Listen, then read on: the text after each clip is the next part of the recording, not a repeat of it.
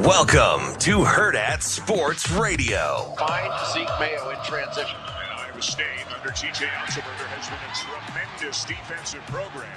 Shovel pass, Gilbert to Lipsy for the layup. Watson, a guy who, because of the Momcilovic injury, has kind of moved into the rotation. They need some minutes out of him. A steal by Harris. And blocked by Watson. He's good at back downs. Drop. Ooh, what a steal. Harris came in there and got it. Ball still loose. Jefferson got it back. Jones. Again. And Akins with a three. Drawing attacks at the end. It's a two-possession game. That's really not lengthening the game here. Akins, three to shoot. Count it! You cannot leave him open. Double comes on Roberts. Pryor after the scramble. Sharp, a fall-away threes, an air ball may have been partially blocked. Out to Pryor, points it up and drills it. It is Jack Hoffman of Team Jack coming out on the field right now. There's fourth down and short. For the red team, Jack Hoffman, who's been adopted really by this football team. A young man who has battled brain cancer. Is on the field right now for the Huskers. One more snap for Taylor Martinez, too, who will hand it off to Jack.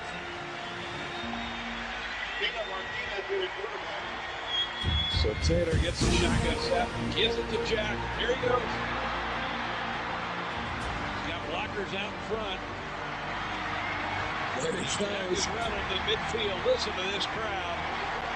As Jack Hoffman, a young man that, as I mentioned, has really been adopted by this football team, just scored a touchdown.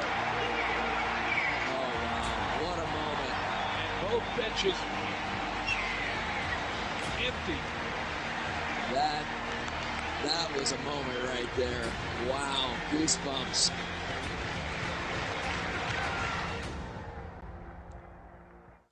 Good morning. Welcome into Hurrdat Sports Radio, AM 590, ESPN Omaha, ESPN Tri-Cities, presented by Centris Federal Credit Union. That's DB. I'm Ravi Lulla. DB, what up? How we doing this morning? Fair to middling. We're doing okay? Yeah, I had to Google that a couple years ago. So what does that mean? Just so. Okay. I mean, I knew what it meant, but I didn't know where the origin was. Yeah, I don't really know like the origin, but I mean, it fits. Get the gist of it. Yeah, yeah, it's a as obviously I'm sure everybody's heard, and as you get from the intro there, which Shane did a great job on. Yeah, we got some heavy hearts in Nebraska this morning. Yeah, with the passing of Jack Hoffman. I know it was obviously a very unique experience for you because you were on the BTN call for that one. We heard the Husker Radio Network call there with Sharpie and Matt, but I was kind of curious because we were talking about this a little bit last night. Did they give you a heads up? So the only thing that I knew is that they had something special planned. Okay. And Coach Pelini joked that, I was going to see a new weapon in the backfield. So I thought he was kind of I took him as being pretty serious. Yeah. And his delivery led me to believe that he was pretty serious, and then you watch it unfold, and you could see it coming out. It was kind of scrambled. Yeah. Like I remember, it's pretty vivid. Yeah. And he's on about, I don't know, 30 or 25. I'm like, shoot, he's got another gear. And the guys are waving him in, and I think when the stadium went crazy, I kind of just I think Gordon was on the call, and I just kind of listened to the crowd for a second. Yeah. And I was like, there truly is no place like Nebraska. Yeah, there really isn't. And, that's kind of one of the coolest things that, watching a couple of the videos yesterday here and the call there is you kind of get this little appreciation for how loud that place got when he scored. And then you kind of look at the crowd and you're like, oh, there weren't a ton of people left. Yeah. And for the noise that they made, you would have thought it was the Tommy Hill pick six against Colorado. so I wasn't there. Like, I wasn't in the stadium for that. But I do remember the way I found out about it was I was looking up the box score. I was out at dinner and I was looking up the box score. I was actually at a place that doesn't exist anymore. That I was looking up the box score, and I'm like, Hoffman? Who's Hoffman? Yeah. Like, I had no idea what had happened, right? And so I start kind of getting on Twitter and Googling around, and I'm like, wait, who's this? Like, I'm pretty tuned in with Nebraska football. I'm like, who is this guy? But like you said with Pelini, this is also the dude that sort of secretly started Taylor Martinez at quarterback. So it's like, I don't know where he pulled this guy. Yeah. Maybe he was a scout team defensive back that he liked the look of. Yeah. And then I get on Twitter and you kind of understand what had happened. And for me, it was kind of a really strange moment, especially as I got kind of older and processed what had happened, right? So Jack was 7 years old when he made that run. And especially yesterday, I just kept coming back to this thought of how cool it was that his life was unquestionably better because of Nebraska football, right? And that's not something we necessarily talk about a lot, even though it's sort of around all of us. Like, a lot of our lives are a lot better because of Nebraska football, and not because not because they won national championships or whatever, but, maybe Coach Rules talked about this, right? Where it's like, maybe, those are the memories you have with your grandpa or your favorite uncle or whatever. You go to Memorial Stadium, right?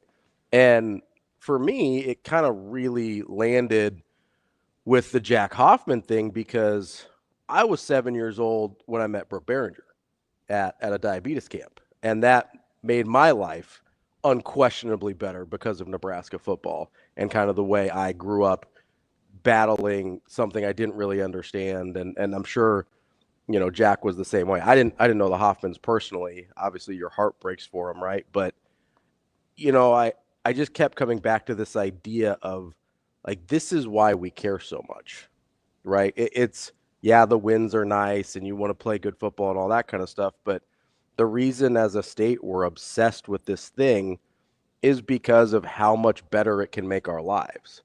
And I don't know that there's any better example of that than Jack Hoffman and the Hoffman family. And that's just what I kept coming back to yesterday and this morning as I was thinking about this, is we're really lucky to have something like that as a state. Whether it's Nebraska football, Nebraska volleyball, I think has a very similar effect on a lot of us. And we're just really lucky. And I just kept coming back to that. Yeah. Just getting a chance, I emceed the gala shortly after that. And I think the first year I did it, Jim Kelly was the keynote speaker. Yeah. And at that particular time, I didn't know, like, really the physical shape that Jim Kelly was in. Mm-hmm. He had a really hard time talking and kind of communicating. He just had, part of his tongue removed and kept having to drink water. And we kind of did this sit down and getting a chance to like work with the family. We would have these lunches and we would go over the scripts and they would tweak. And his dad at the time, not that he wasn't always, but has since passed away, mm-hmm. Was so, like, even in those meetings with going over and the script was thick, right? And I was kind of nervous, and you know me when it comes to like reading and stuff. I'm like, hey, part of my, oh no, you'll do fine, man. People love it. I'm like, hey, and I just, part of my gift is that I can't read. Mm-hmm. Like. So everything sounds natural. I hope you just, just give me a little leeway. And we were eating over at Cunningham's. Yeah. 108th and Old Mill. Jack was there, and he put his hand on my shoulder, and he's like, hey, you got this. Listen. Like, yeah, it's what he said. And so, Jack's just a little guy. And I remember at that time you were talking about Nebraska being better and that. And his dad was like, he's going to play for the Huskers. No, he is. And his wife and a couple of people that were running the organization, two nice young ladies, were like, talking about speaking it into existence and how he's going to play football one day. And you fast forward a handful of years where he like gets some snaps in his high school game, and it was like a story last year and the year before. And I'm just thinking, this kid is incredible. Yeah. And just to think, sometimes like the mind is super powerful, right? And sometimes we get in trouble because we think that our thoughts are facts, and sometimes they aren't. Sometimes they're just our thoughts. But when you take it to those powerful places to like speak things into existence from a thought and make it a fact, that's when the magic happens. So there's at no point. Number one, I never thought we'd lose his dad before we lost Jack. Yeah.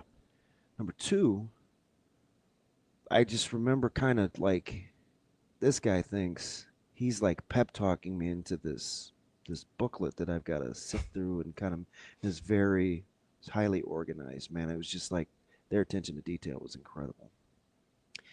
And, just kind of feeling overwhelmed and him being at peace. And he'd meet with me like twice a week. I mean, hey, make sure you got everything. Your room's going to be at here, and you can come down and you can stay the night if you want. And I just remember not wanting to like do him a disservice. And in the same vein, not only did that night go okay, right? Like he played, like Jack played. Yeah, he played high school football. Yeah, and I'm like, that thing started with a thought. Yeah, and Jack's busy scrambling through his chicken fingers, just kind of laughing, like, yeah, like I'm gonna play. And no, just the lives that he changed. I mean, he's got the unique relationship with Rex. K. Beasy, Kenny Bell, those guys, we're down on the sidelines, and I go down to do some interviews, and just their affinity for him, and he meant as much to that team, I think, as the team. Oh yeah, meant to him. Yeah. So I think that's why the outpouring of just the family's resilience and perseverance all kind of came to a head yesterday. You know what I mean? So, again, not all thoughts are facts, but I think that's important. But when you make things factual based on a powerful thought, it's incredible. Yeah, kind of to your point there about the team, or him meaning as much to the team as the team did to him. I believe it was a Husker Radio Network interview when Taylor Martinez got inducted into the Nebraska Hall of Fame. Was it last year, I think? And he was asked what was his favorite or his best moment as a Husker, and without pause, without hesitation, says the Jack Hoffman run. Right? This is a guy who's going into the Nebraska Hall of Fame. I mean, look who's caravanning him in. Yeah, right? Yeah. Look who's ushering and be like, oh, no, Jack, we're not going left. We're going right here. Yeah. And, and I think that's interesting because we don't always – like Taylor Martinez comes off very strangely publicly to most of us, right? We don't really understand him. And so I think he can come off as kind of aloof and maybe not as – like Kenny and Rex always came off as these super passionate guys, right? Yeah, polished. That wasn't really the vibe that Taylor gave off. So for – somebody who it'd be really easy to be like, oh yeah, he's just kind of there for it. It's cool and whatever. But for it that much later to still mean that much to him when he had some amazing moments in his Nebraska football, a lot, I think more than we remember amazing moments in his Nebraska football career, for that to be his answer immediately and without question, I think speaks exactly to what you were saying there about what Jack's impact was on the team. And I think, to a larger extent on the state in general. We've obviously seen how impactful the Team Jack Foundation has become, not just locally, but on the national level as well. And, it's really easy to look at that and be like, well, his impact is going to be felt forever because you can put dollars and cents to it, right? You can put you know, they've raised over $12 million for pediatric brain cancer research, and they funded all these projects. But I think the lasting impact here is just going to be the way we felt about it, the way he makes us feel about not just his story and his inspiration, but I think he also kind of represents what we hope, like what we all hope Nebraska football is and means, right? It's really easy to get jaded, whether about like wins and losses and college sports in general. But I think we look at a Jack Hoffman and say, like, that's what we want to be about. And I think that means so much to have sort of this central figure to be representative of. That's the best of us, right? Is when we are able to come together and do things like that. And we think we're doing something nice for a young man, and that young man ends up changing lives in, you know, grown adults and college students and whoever else. Like that's what it represents to me, being on kind of the outside looking in, is that's an aspirational figure and an aspirational idea of who we should be as Nebraskans. Yeah, it's just a ton. I mean, this is on the heels last night, or just in general, you know, kind of call it to the carpet in terms of how I've handled some situations, and just carrying some guilt with, you know, kind of what my niece went through, and just not being there enough, and it was tough. Yeah. Tough. Yeah. Well, sometimes you just can't go back and get it. No, you really can't. And I think there's always, you know, I think you can always look back and say, yeah, you know, I wish would have been more involved, or wish been this. And it's hard, you know, because there's no, especially when you feel like you lost something, you never feel like you did enough. And obviously all of our hearts go out to the Hoffman family. They've been through more than anyone should have to, and our best is with them for sure. No good way to move on from that, really. So we're just gonna do it. Coming up on the show, we've got Cynthia. That thing called live radio. Yeah, yeah. It's unfortunately sometimes the hard outs are not our friends, and you have to just keep on rolling through a segment here. But Cynthia Frelund will join us at 8:00, the NFL Network, preview the divisional round. Coming up at 8:45, we've got our Thursday regular Brian Edwards, our Vegas insider. And then at 9:00, we will talk to Michael Bruntz, Husker 24/7. Got some Nebraska hoops going on tonight. I know, you know, these games make me nervous, man. Like, Rutgers is the worst type of team to play. Yeah, and I'm not going to, well, you have to watch them just because just happen to be a guy that watches them a ton. I'm just saying, you know, I think the record is obviously misleading, because what's the low-hanging fruit? Well, they got 2 top 5 picks, but they're not very good. Yeah. That's not really true. They're capable in very small doses so far of looking like a very good, well put together basketball team. Yeah. Their problem is they have yet to really, I think, play 40 minutes. Now, they played about 31 or 2 against UCLA the other night, but why I won't take too much from that is because it's UCLA, and I'm just not sure where they're at, where their heart is either. Yeah. But Ace Bailey was much more efficient. I think he was 5 of 6 from the line. I think he ended up with 20. We know about D Harp and kind of his ability to get to the rim. I was surprised at how big the number is. It was 8.5. Yeah. Yeah, that seems big. I don't know. It feels too big to me. I don't know. I think it's about right. Okay. I do. Just, yeah. You know, I obviously can't cap emotion. Right. But when I look stylistically how I think Nebraska wants to play, I don't know if, you know, Nebraska's a no-middle team, right? So off the bounce, if they can keep Rutgers out of the paint. Yeah. I don't know if Rutgers is built to hit kind of those wing shots that they're going to get on the perimeter.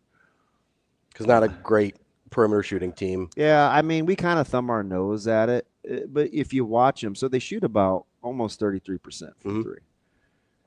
But a lot of them are kind of ill-advised. Yeah. Just my like. No, I said, agree. I've only seen probably 5 or 6 games, but I think so. It's a little misleading. Yeah. Because I do think they shoot too many contested threes. Because when they get good looks at them, I think they're capable. So in your opinion, I don't it's want a to get shot selection thing, not a capability It thing. is a shot selection thing. Fair. I think it is. I think it is a shot selection thing, definitely. But they'll get open looks from Nebraska. I mean, based on how the defense is designed. No middle, and if you're going to ice screens, like keep them on one side of the floor. Because if you can do that, you give yourself a really, really good chance. Because there are these times where Rutgers will really struggle to score the basketball. Yeah. And it's primarily because the ball gets so sticky. Yeah. I mean, like real sticky. Yeah. So keep them on one side of the floor, no middle. You give yourself a chance. But in my opinion, I think the number's right.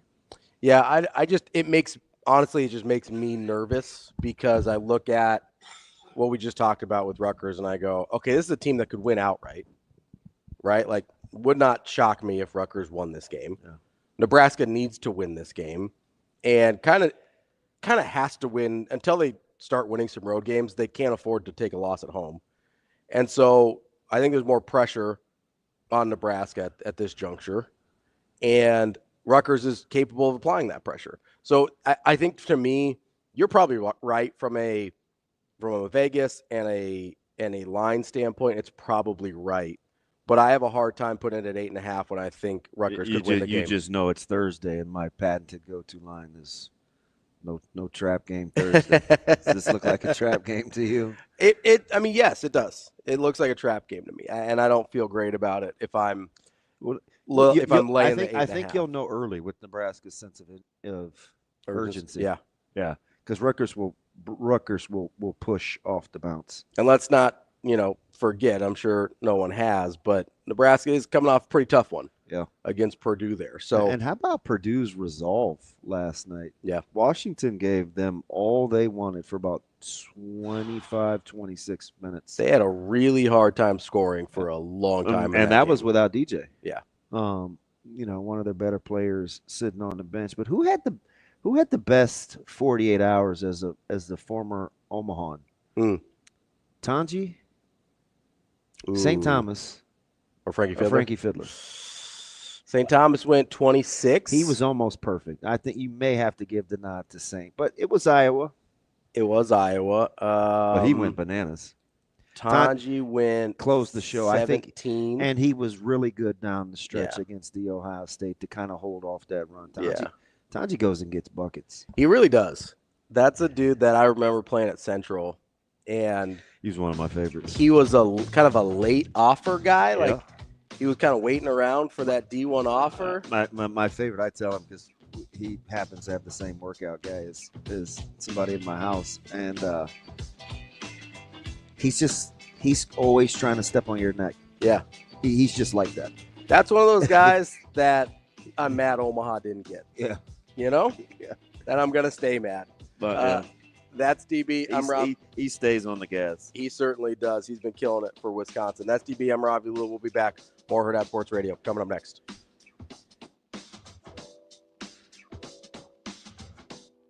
We will be back.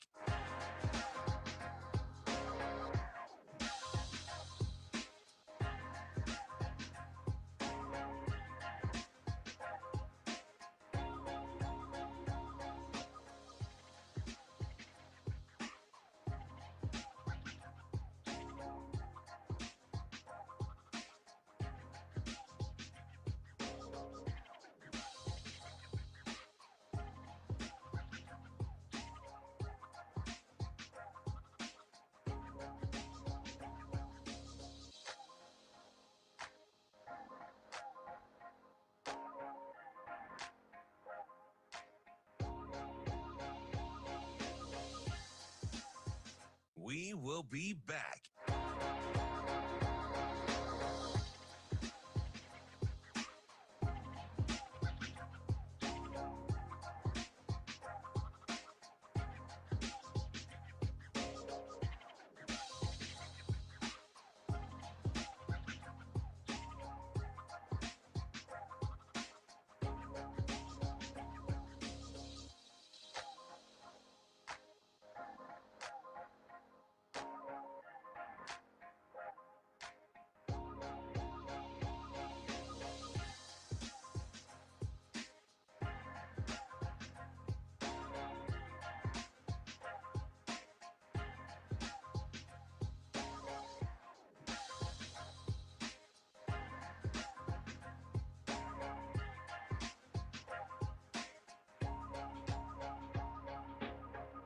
We will be back.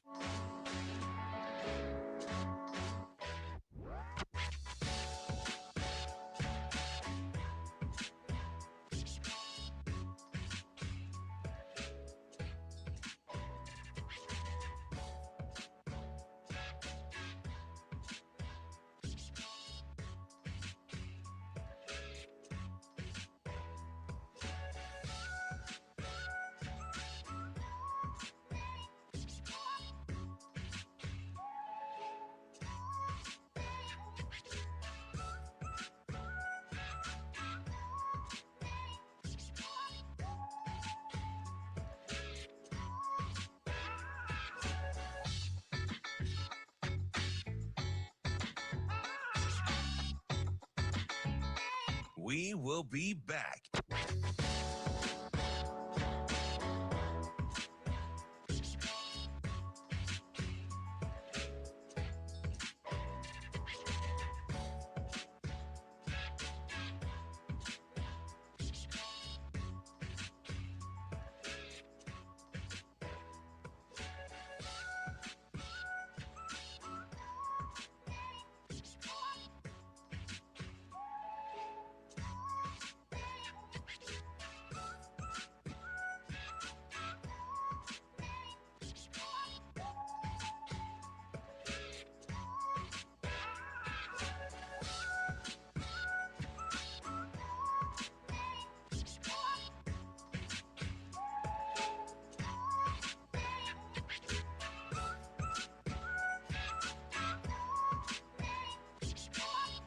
We will be back.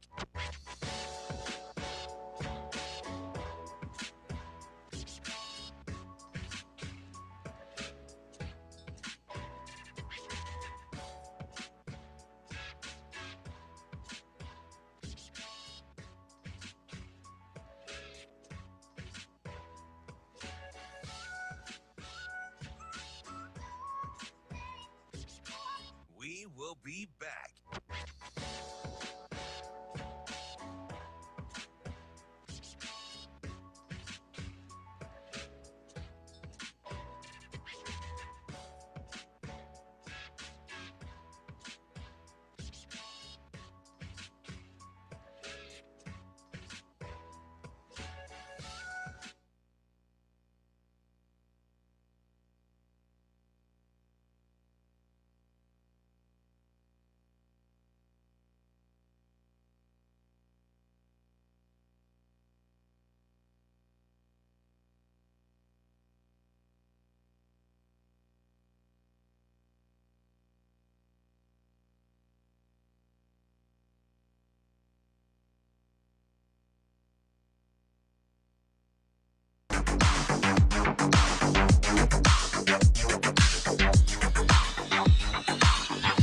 You're listening to Hurrdat Sports Radio. And the young man you see in the Nebraska football helmet is Jack Hoffman. And you may have seen the journey with Rex Burkhead and young Mr. Jack Hoffman, who is a 7-year-old pediatric cancer patient. He led the team out of the tunnel for the Wisconsin game. And that right there, number 22, one of the biggest Nebraska football fans. And how about this? He gets to walk out with the team and take a snap. This is really quite a moment for this young man. Well, I tell you what, this is what it's all about. This is outstanding. 7-year-old Jack Hoffman, again, a pediatric cancer patient. Oh, I like that stance. You see that? Look at him. Looks like Damon Bennett. Yeah, Ready to go. So he'll get the handoff. It is Hoffman running laterally. He's got a puller. To the 35. Hoffman to midfield. Hoffman, second level. He's got another gear. They are not going to catch him. Jack Hoffman to the end zone. Husker touchdown.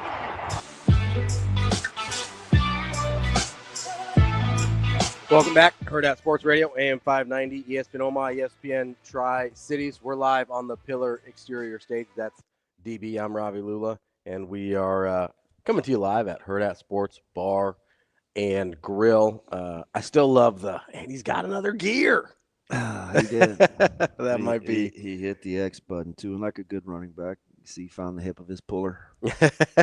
That's saw the crease. Ended up being a nice little counter there, you know. Gets going left and takes it up the right. No, it's a great call. It's fun to hear back and listen to some of those things. So that was a while ago. Yeah, it's 11, almost 12 years now. Yeah. This will be 12 years this spring. A long time. It really is.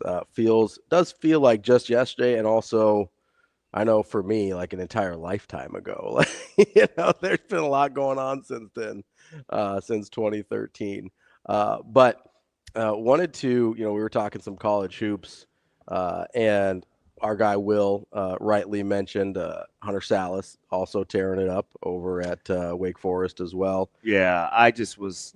You were talking last couple days. Yeah, because they haven't played since Saturday. Yeah, but I mean, of course, he's their leading scorer. He's the leading scorer of the bunch. Yeah, he would really like to see that 3-pointer start falling a little bit more like it was last year. Again, I think for him it's shot selection. Yeah, because his light went from like a dark green last year to neon. Yeah, fluorescent. I mean, it's super bright. I mean, he's open the minute he's on the court too. So. And it's funny because he's shooting his 2-pointers really well. Well, he's able to slash. He's got the good mid-range game. I mean, he's kind of mastered the art of the pull-up. And again, he's living his best life because I mean, he gets to play the way. I mean, it is wide open. Yeah. He plays the way he's most comfortable playing. But no, there was the big game last night was Kansas-Iowa State. Yeah. And that's the one where we argued about the line a little bit as well. I will say we didn't. No, not you and I. I like it's big for a reason. Yes, that backcourt is just too much. Well, and I'll be honest, I don't think you thought you were going to get that from Jones, obviously, but no, and I didn't think it was going to be 17.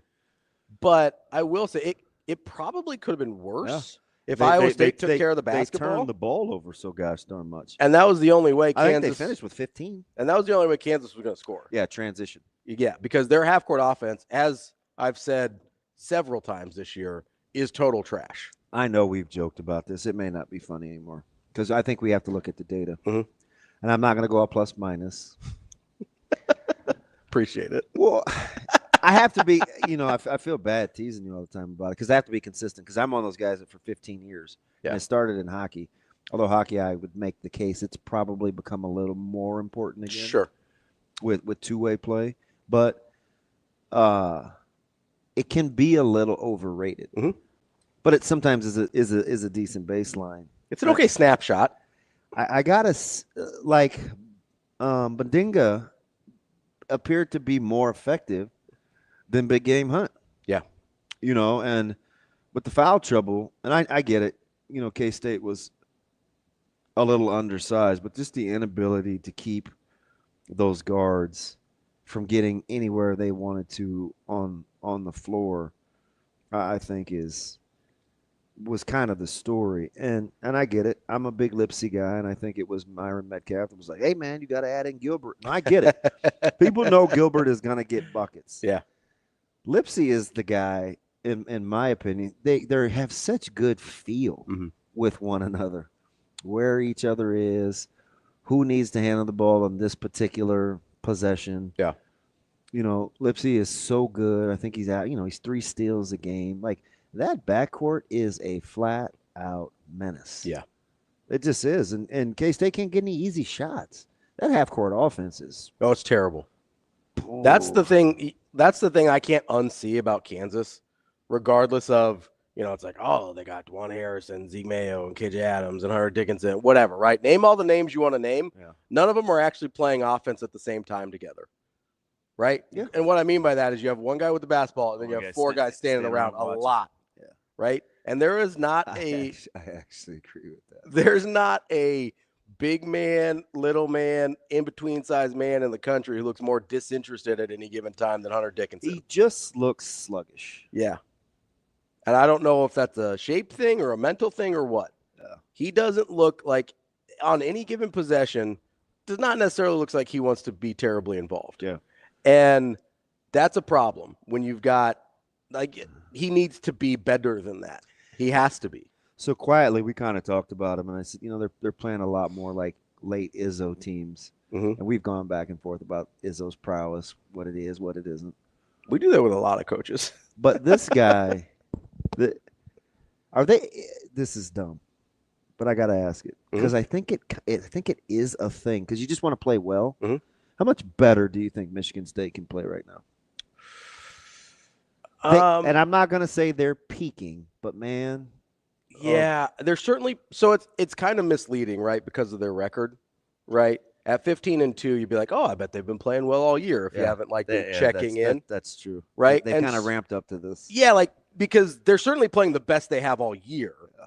I don't know – because I'm not going to pretend like I watch Michigan State as much as I watch some of the other teams, but I've seen them. I mean, they did win last night, shooting about 25% from three. Yeah. And they kind of let Penn State back in it. But Penn State is tough-minded. And we've seen – I mean, they knocked off Purdue earlier in the year. We've seen Penn State be good or be competent, at least at the very in certain areas of the season. But, I've checked in on Michigan State a handful of times throughout the year. This is certainly the best they're playing in the season. I don't know if they're at their ceiling. Penn State shot 42% and lost. Yeah. From three. Yeah. That's hard to do. Well, they made their run. Yeah. I think they were gassed down the stretch, and then Frankie was able to take over. The Big Ten is tough. Yeah. Hey, the Big Ten is tough. And I don't know that there's a team I feel that elite about, but really, really tough. I think you would appreciate if they can handle the backcourt pressure. Who? Because I don't think they're elite in the backcourt. I think you will enjoy Michigan. Yeah, I haven't watched a ton of Michigan yet. Hey, they are a fantastic offensive team. And Wolf is quietly making a case to be a top 10 pick. The team that I've I don't know liked if it's quiet. The best when they play well is Illinois. So far, yeah, I'm with you. It's why they're top 6 in the country in scoring. I haven't watched a ton of Michigan yet, so I'll make sure to check in on them. But yeah, I don't know that I look at it and I go, hey, that's your clear Big Ten national title contender.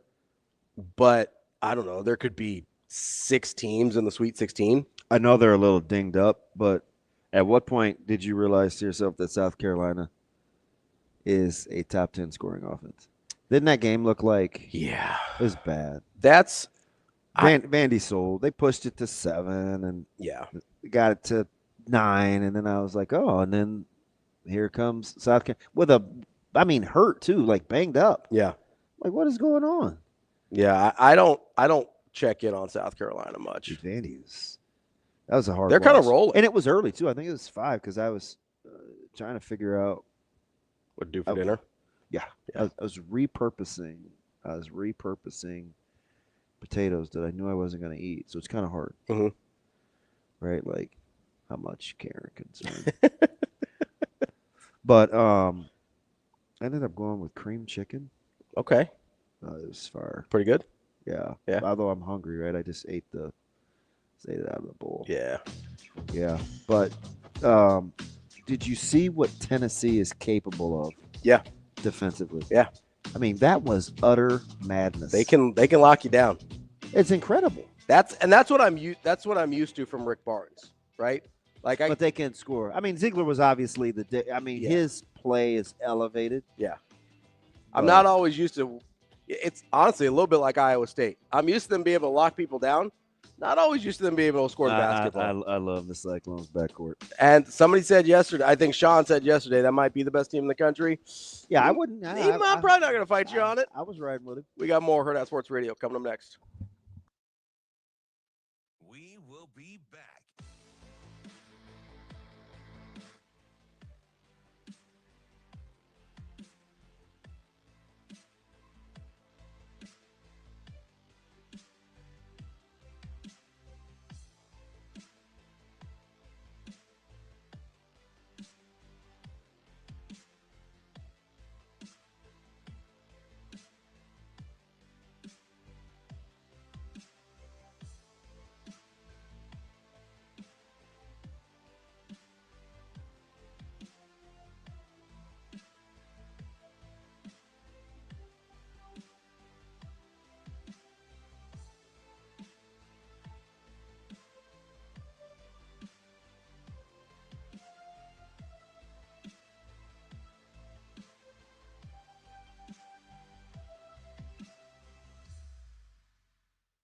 will be back.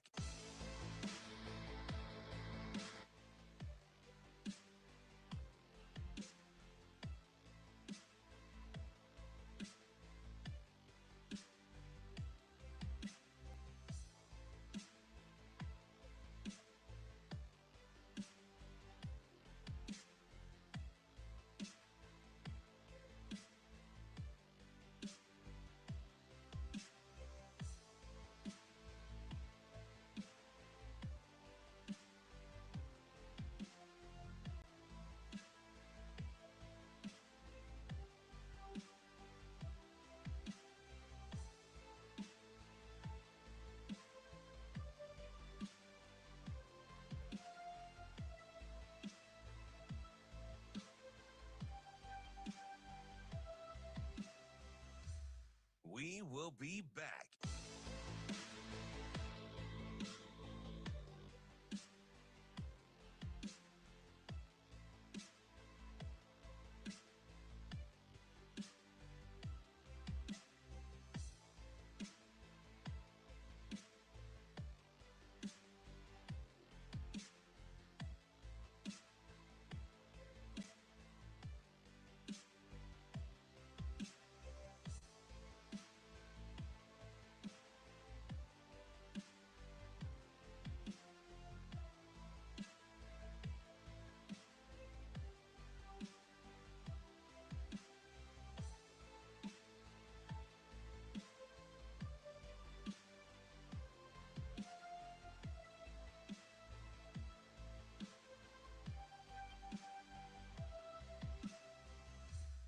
We will be back.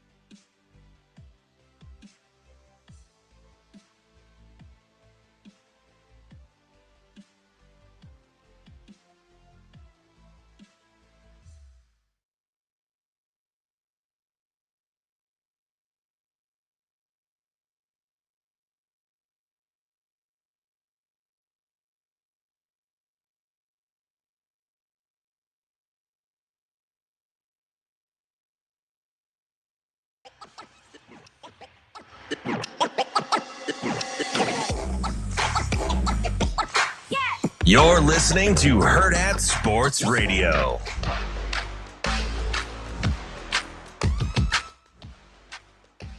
Wrapping up hour number one here on Hurrdat Sports Radio, AM 590, ESPN Omaha, ESPN Tri-Cities. That's DB. I'm Ravi Lulla here at Hurrdat Sports Bar and Grill, reminding you that you can win 4 tickets to the Omaha Supernovas on Sunday here at the CHI Health Center. Go to hurrdatsports.com/win tickets to enter, or if you're watching the show, scan the QR code that pops up during the break. That will take you right to the entry page as well. You can win 4 tickets to the Omaha Supernovas.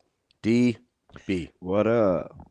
You know, I've been thinking a lot about. I doubt it. Well, I think a lot. It's not always productive. I think very deep. You know, I wouldn't say that always. Sometimes it's very surface level, and then just trying to figure out how for my takes to seem better than they are. But, you know, I was thinking a lot about that Kansas team, as some of our YouTube chatters are apparently TK down there in Kansas. I guess Lawrence is freaking out. And I was thinking a lot about the sort of standard they set for themselves. And because we were talking about this with Nebraska and Creighton over the last couple days. And I'm having a really hard time with this idea of the standard you set for yourself versus maximizing your roster. Like, I just keep coming back to it, right? Yeah. Because, you know, in general, I'm kind of I think risk averse is the right word, person. I think things out pretty thoroughly, and I'm like, is the risk worth the reward here? And I don't know if I'm going against that or if I'm playing directly into that when I think of a you're talking about a Kansas team that we don't think that Dickinson is necessary. Like, they might be better when Dickinson's not on the floor, right? Like, that's how it seems a lot of the time with Kansas. Or you think about a Creighton team and my desire to see Fedor play more. And you go, okay, if you're Kansas and you play Dickinson, you have a pretty good idea what that's going to look like, right? May not be the ceiling you hoped for, but at this point, you're 2 years in on this Dickinson thing. You have a pretty good idea what it looks like. Yeah. If you bench him, you don't know what it looks like, but it's possible. And he's not bad enough to bench. Not bench in terms of not play, but like reduce some minutes and have some other guys get some time, right? When I say bench, I don't mean like, hey, you're shuttered like, we've seen Ty Davis gets not benched, but he's not playing right now, right? And so I'm sitting there and I go, okay, like at what point does that balance shift in your mind, DB? Because I know you're a big maximizing guy, and I appreciate that. And I'm a big, hey, if you said this almost perfectly. We're not winning with you. We can certainly lose without you. Like, I'm having a really hard time reconciling those two things in my mind. So, number one, I don't think Kansas is at that point. Which is totally fair. Top 10 in the country. Dickinson is proven he's capable of playing. Mm-hmm. You have to get more out of that offense in terms of ball movement. And that's not all on Dickinson. Yeah, that's not all on 100%. On Hunter. So, like, I'll set that aside because, I mean, any team in the country would take him. For sure. So, I'm going to so that's why Self's as great as he is, right? Mm-hmm. Like, that's up to him to figure that part out. Now, the part about maximizing is I don't really think that's not really that tough of a concept in term. It's like, I used to tell like students and stuff. I used to do this thing called Family Leadership Institute. And we would teach these courses and stuff to try to empower parents in like their own household. Mm-hmm. And, a lot of times people use their environment or kind of their surroundings as their baseline for how they should perform. Mm-hmm. And, we would work through these processes that it's like, hey, you know what? People make environments. Environments don't make people. You just hope that you've generated enough skills where you're portable regardless of where you are. Just because I live in, a low income neighborhood doesn't mean that I have to behave like what the stereotypes are for low income neighborhoods, right? Mm-hmm. Like I can be the best version of myself. Mm-hmm. I don't really think there's a lot of gray in that. No. Now, I agree. Now, where I think you struggle is outwardly saying or admitting to yourself, you know what? This might be as good as we can do.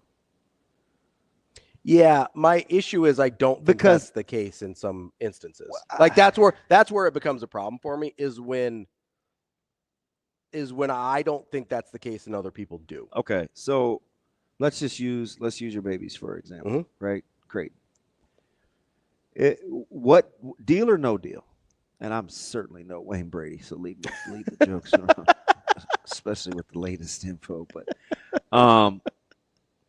what would I have to guarantee you where you would say, okay, deal, that you would take today? For Creighton? Yeah. Would you take a tournament appearance? No. Would you take a tournament appearance plus a win?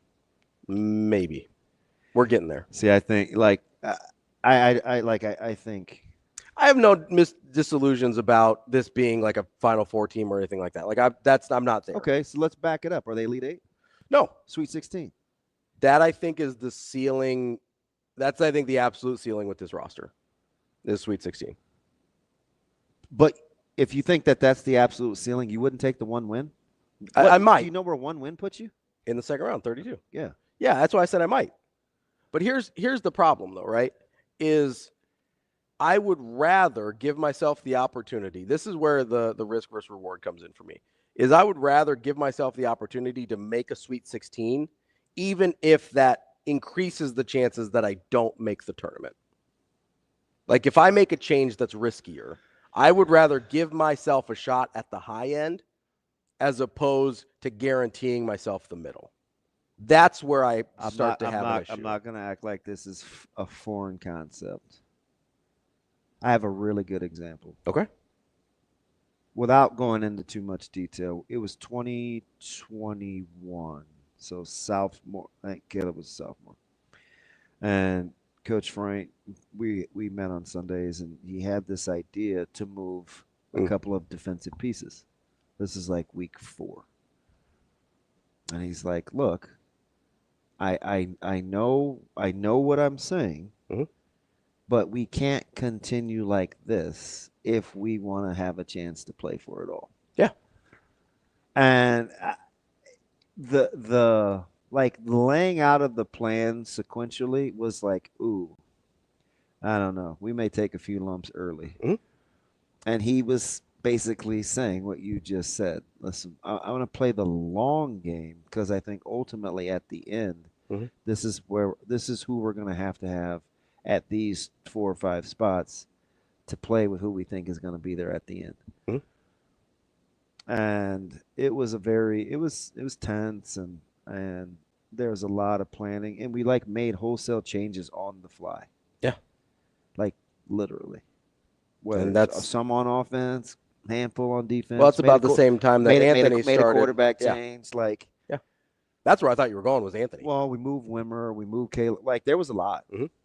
There was a lot. We went lighter, quicker up front along the D line, and I'm just thinking, but we're winning. Yeah, I'm just being honest. That's hard to trade. I would love to go back and say, "Oh man, I saw it too." No, that's hard to trade. You know, when it's going well enough. I'm listening real time, and the first thing that I was thinking in my head is, "Man, are we panicking?" Like that's what I was thinking. I don't even think I don't think I said that out loud, but it can look that way. It can look like panicking. Yeah. So, and I remember I was eerily quiet, and you know the relationship Coach Frank and I have. He's like he's like, you got like where are you at? Like where are you at with this? And I was like, well, my dumb butt. You want the father's side or you want the coach's side? He goes, oh, I'll never forget this. He goes, well, if you're capable, I'd like both. Does that not sound like you? Yeah. He gave you kind of that half smile while he was doing it. And he's that dude is the GOAT. So, and like we've been like I'm telling you, like that's my dude. Yeah. And so in the meantime, the risk thing, and he's a lot like that. You know, really good with like he can forecast economies and good with finances, and so he projects a lot. But in the meantime, you have to be in a situation where the people that you're talking to in that locker room or in the dugout or in the clubhouse or wherever, like you're having this conversation openly and outwardly with them so they understand what the expectation levels are. Because the worst thing that I think you can do, and this is in relationships, this is in coaching, this is in business management, is when you make your employees or employers or players or spouse or girlfriend or whomever guess and they're wrong, that's not their fault. Yeah. That's not their fault. So, you know, like if you're using Creighton for an example and you're on a cast division, like what would Max say? It's not like he's going to walk in there and say, hey, you know what, guys, like because I need 7 more minutes here, I'm going to sacrifice short-term gain. Like it's not that linear. No. But you're talking to me as though. No, what I would go in and say is if you play X guy more, somebody has to play less. This raises our like. How would you know? The way that I would pitch it is like you know what I mean? Yeah, I get it. So the thing I would say if I was Coach Mack is, hey, we've been in this league a long time. I don't think we can win at the level that I think we're capable of if we only have 2 ball handlers on the floor at the same time. We lost Pop Isaacs, which kind of messed up our plans. Don't you think that's a lot about matchups? I think if you're going to have 2 ball handlers on the floor at the same time. You have to have that in the risk analysis. I agree. Are we always going to play a team then fill in the blank? And the answer to that is no. No, but you're also not going to play the same guys the exact same minutes every night either. Yeah. Like there is some fluctuation there too, especially with guys that aren't Ashworth or Kalkbrenner. Yeah. Cynthia Frelund coming up next. Talk NFL.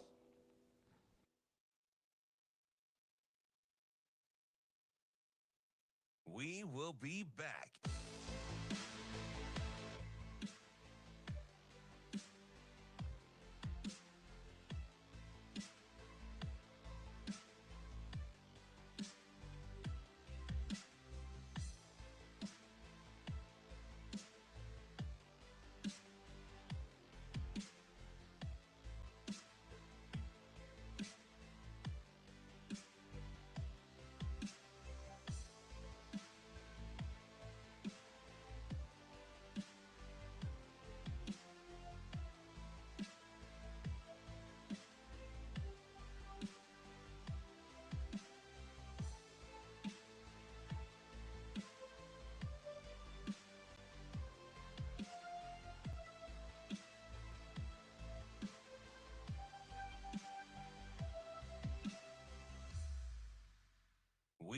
be back.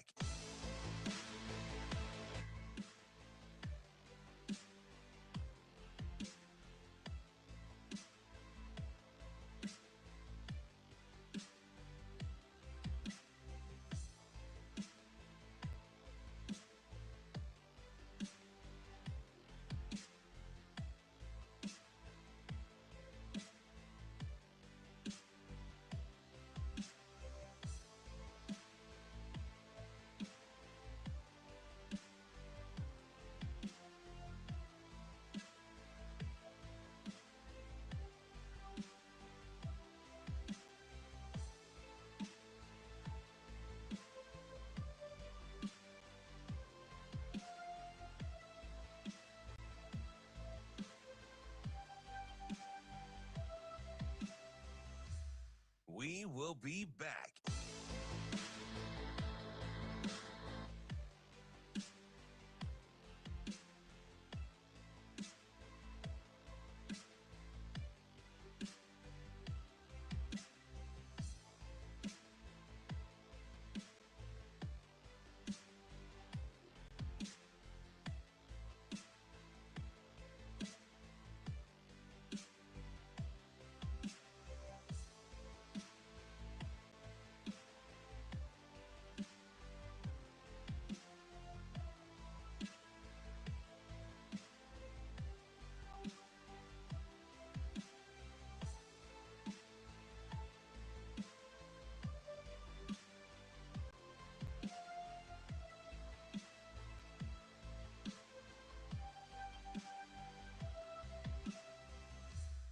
We will be back.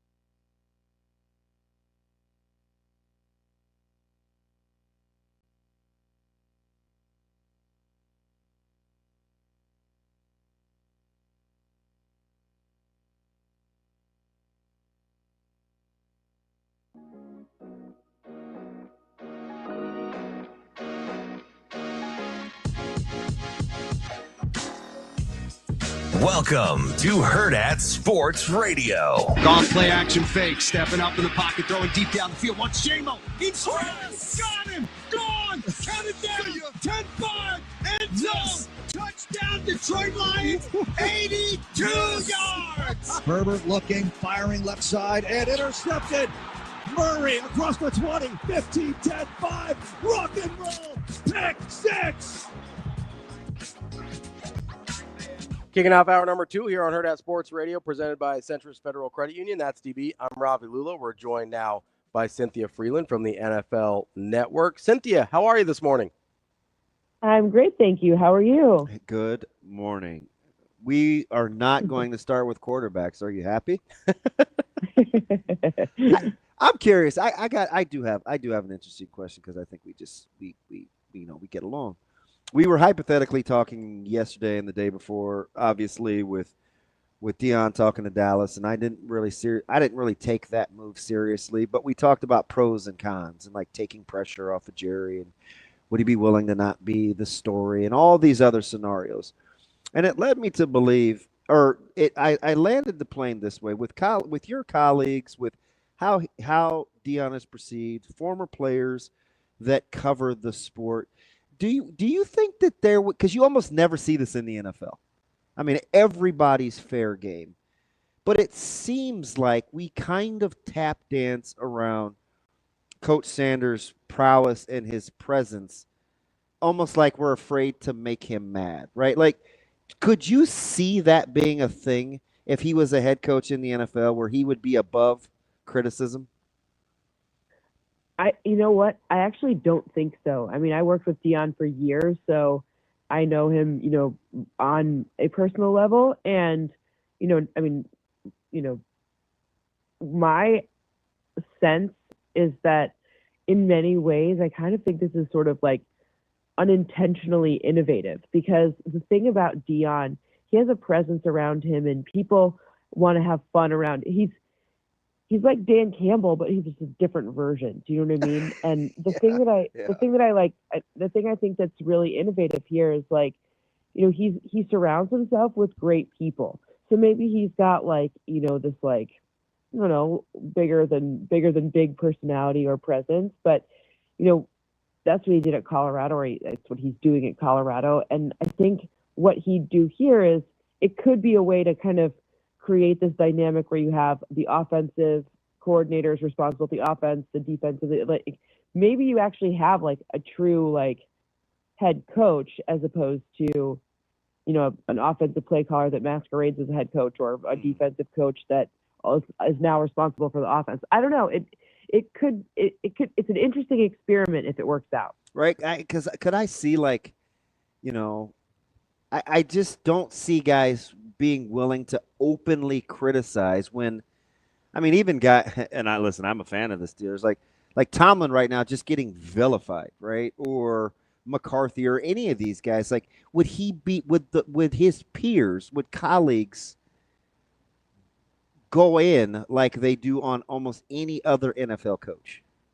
They would. It would take a minute, but they would. I mean, I think at first it would be, like it's not like he's had a perfect run at Colorado. I think that a lot of people in the NFL world have a lot of reverence for how hard it is to be a college coach with NIL and transfer portals and this, that, and the other. So, I mean, I don't know. I think maybe for about, I don't know, a week he'd get that luxury. And then it would still be the same. And I actually think some people would use it as a way to, the Cowboys are always interesting in our league, right? Like they just, even if they're not good, they're always interesting. So I think some people would use that as a point to kind of draw in more attention to themselves. That it could be, it could go a lot of different ways. Yeah. Cynthia, you brought up kind of an interesting distinction there while we were talking about head coaches and the guys that get hired that are sort of true head cultures. I sort of lump them in the head coaches. I kind of lump them in the culture builders. And then you've got the specialists on one side of the ball or the other. Have you gotten a sense, I know you run numbers on a lot of things, but like, have you gotten a sense of which version is more successful, or is it kind of a crapshoot, right? Because I look like a Dan Campbell, obviously hugely successful in Detroit. You'll get like a Jim Harbaugh, who you've just kind of figure, hey, he comes in, he's going to win 10 or 11 games every year. Mike Vrabel basically gets hired for that as well. But then you have like kind of the Sean McVays of the world that are highly successful, and they sort of had that offensive guru tag as well. I'm just curious if you've gotten a sense on which way seems to be more successful on those hires. There's not one formula. The fact of the matter is it's the sum of the parts of all of the coordinators and position coaches, et cetera. And it also really helps if you have a good quarterback. But some of the things we don't see, or we do, some of the things that make it harder are, it's not like you're seeing turnover at places where, Patrick Mahomes resides, or Tom Brady, or, even Joe Burrow. I mean, I know Lou Anarumo isn't there anymore, but that's a defensive coordinator. But when you have great quarterback play, it kind of nullifies a lot of things, and that can make it harder to distinguish the impact of the coach specifically, and the coach, at least as they relate to not being a part of their coordinators as well. So you're the perfect one to ask this question. One of the great arguments we argue every day, Cynthia, just for the record. When did we miss the blasting out via social media accounts when organizations interview coaches? Is something or nothing that it seems to be this thing to go out of their way to let us know who's interviewing? I think they just want to. Is that new? I don't think it's super new. I think the thing that's different is, with people reporting and insiders and all of these things happening, I think that they want to be like their own source, right? Like, all these people saying this person's interviewing here. They just want to be they want to be their own. They want to. This is the truth, right? Yeah. So Cynthia, as you look through some of the head coaching candidates that are up for these jobs, we see Mike Vrabel. Like, we've talked about the Bears before, I know. Is there a candidate that you've seen out there? Because it seems like they've interviewed everybody short of me and DB for that job. Is there a candidate you look at and you look at the roster and you look at kind of the ownership GM position, you go, okay, this guy can make it work in Chicago when we've got about 40 years of history without. And she's got polls insight. Well, first of all, it doesn't matter how many they've interviewed. The Jets still have them. So the Jets have interviewed even more people. So it's not like, that's interesting. But I don't think there's one solution. I think there's a lot of, I would be very interested to know who the structure, like, you have to support Caleb Williams in that job. And I would love to know, and of course, at this point in the game, we don't know who each of these head coaches could, or potential head coaching candidates could bring along to specifically support that quarterback position. And I want to know what their plans are, and the GM is involved here too, to get a new O-line, to figure out how to protect any quarterback that should be in Chicago ever. Because, those are two places you'd really need to start and address. I think that the defense is a little bit better than people might think. Like, there's some great pieces on that defense, but you have to support Caleb and you have to figure out that O-line. But it's really about not just the head coach, but the whole structure of who comes along with them. Cynthia, at first blush, would you rather have the job in Las Vegas or the job in New Orleans? Yeah. I would rather have Las Vegas because, well, number one, being able to have a little bit of cap space, like, very much helps. And the Saints, despite being able to do some good juggling, their cap situation is very, very, very prohibitive. The ownership situation in Las Vegas, how big of a concern would that be for you? And do you mean Tom Brady or do you mean Mark Davis? Both. Mark Davis is one of the nicest people I've ever spoken to. Mm-hmm. So it's strange. He's a very nice human being. I think the hard part is in the AFC West, you're always compared to Patrick Mahomes, and now you have three teams in that division that made the playoffs this past year. So it's a really difficult division. I hope Tom Brady can come in and help, and I hope that they figure out who the quarterback of the future is there. If they get that right, I think things would be a lot better. I love Max Crosby. He's actually going to be on our show this weekend. He's such a wonderful leader. It's great. I mean, I know Antonio Pierce well from 2008 or whatever. So it was a hard job and it's not fun. But I don't know. If you're a head coach, at least you still get paid later. Like, I feel bad for the position coaches. It's going to be harder to convince people who aren't getting paid, $5 or $6 million a year to come there, as opposed to head coach. I guess you buy the ticket, you get on the ride, right? But it's the other people that's going to be harder. Given the pieces on the rosters, better, same, or different, the coaching job that Sean Payton and the other Sean McVay did respective to their teams? Very different. I mean, one of the, Sean McVay had to deal with so much injury this past season. I think, if you look at the number of plays that Matthew Stafford, Kyron Williams, Puka Nacua, and Cooper Kupp were all on the field at the same time for, if you look since the beginning of 2023, it's something like 700 of 2,200 potential play, something crazy, a third of the time. That's very hard to deal with.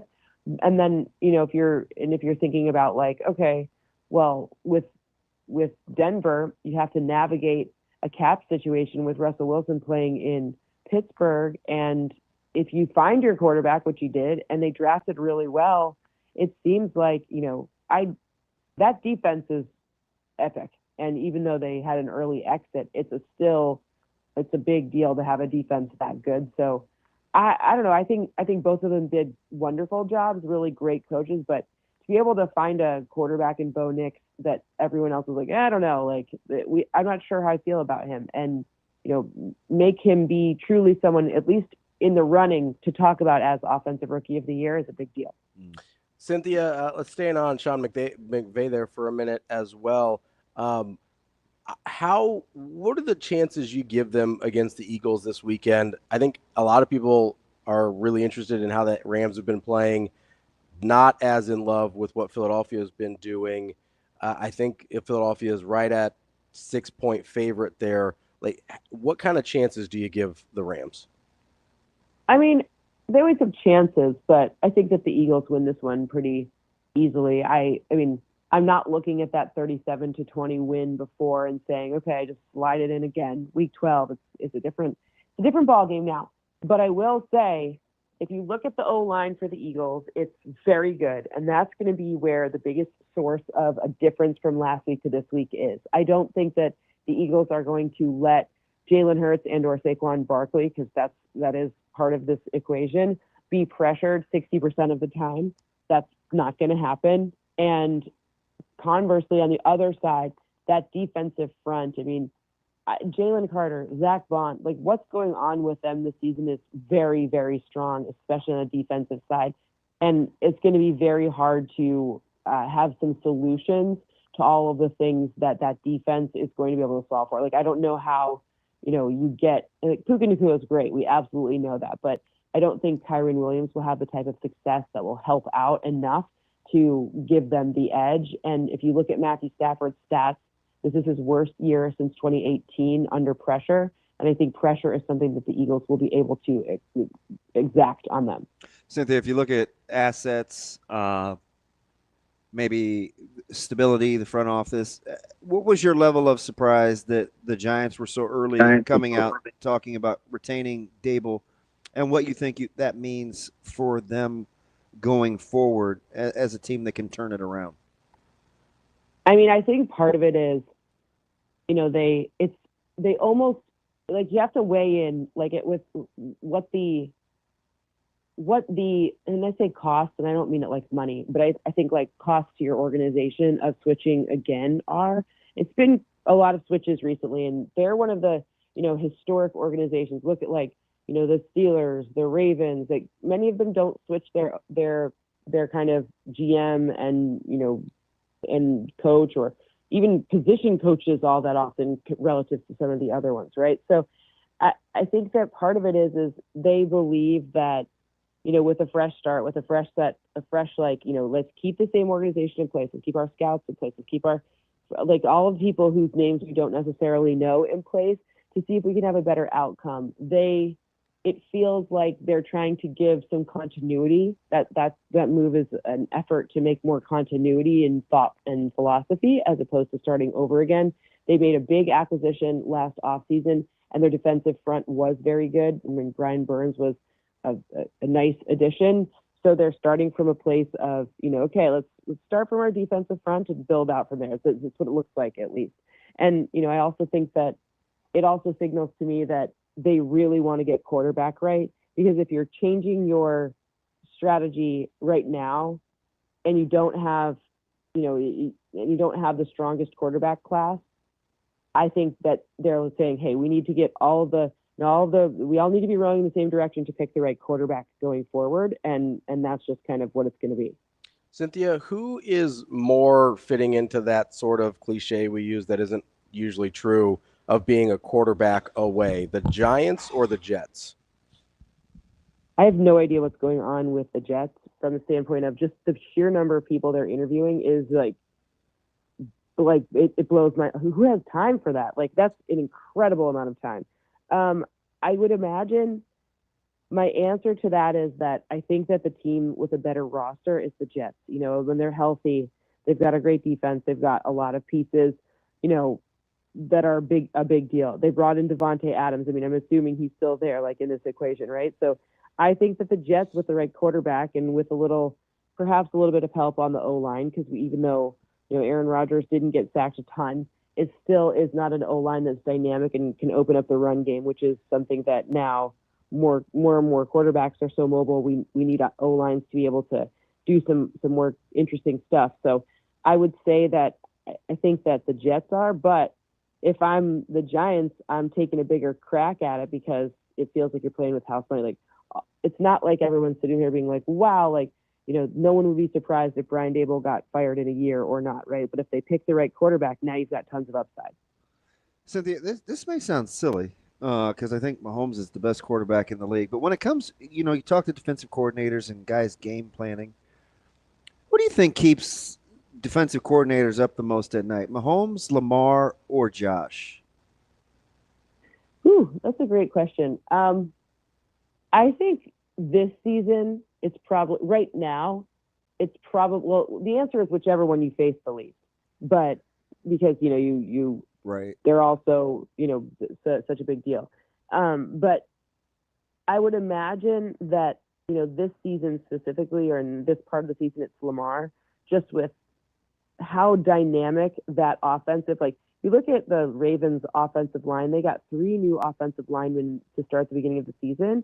And the beginning of the season looked different. They weren't running all the different types of plays that we're used to.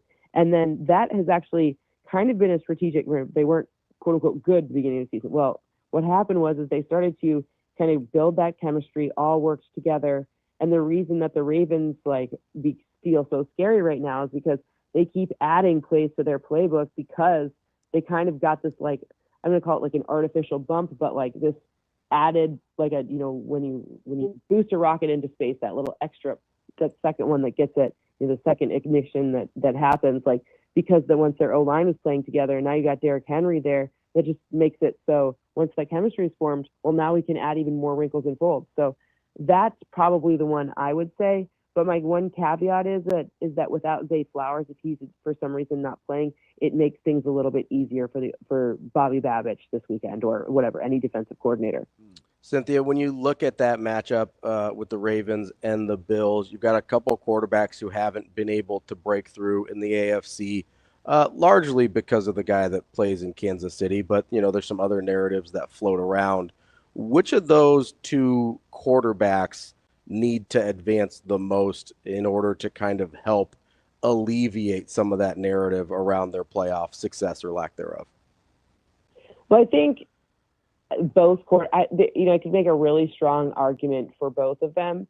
The one this year that I think it feels like, for whatever reason, it would be a bigger, like, if I think about, like, okay, I put myself in Monday morning and I'm like, wow, like, that's a real bummer for both of them, obviously. But it feels like with Josh Allen this year, and like the narrative ahead of the season that the Bills weren't even going to win the division, because Aaron Rodgers' division now, and losing Stephon Diggs, and there are a lot of pieces on the defense that have changed, and it feels like Josh Allen had to very much put a lot of it on his shoulders, and the fact that he's not turned the ball over and he's kind of addressed some of the questions that were fair criticisms of him before, I think it would feel, it's like, oh man, like, Josh really could have done it this year. I think that would be kind of the feeling after.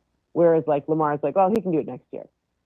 Noise and good team and all. If the NFC favorites win, would you make the case that it is less advantageous for Detroit to host Philly and let Philadelphia play inside than it would be for Philly to have Detroit play outside had it gone the other way? Nope. The Lions, I'm going to tell you something, that it is loud AF in Ford Field. And I forgot. Hey, are you rocking the Lions sweatshirt this morning by chance? Because I forgot who I was asking that question to.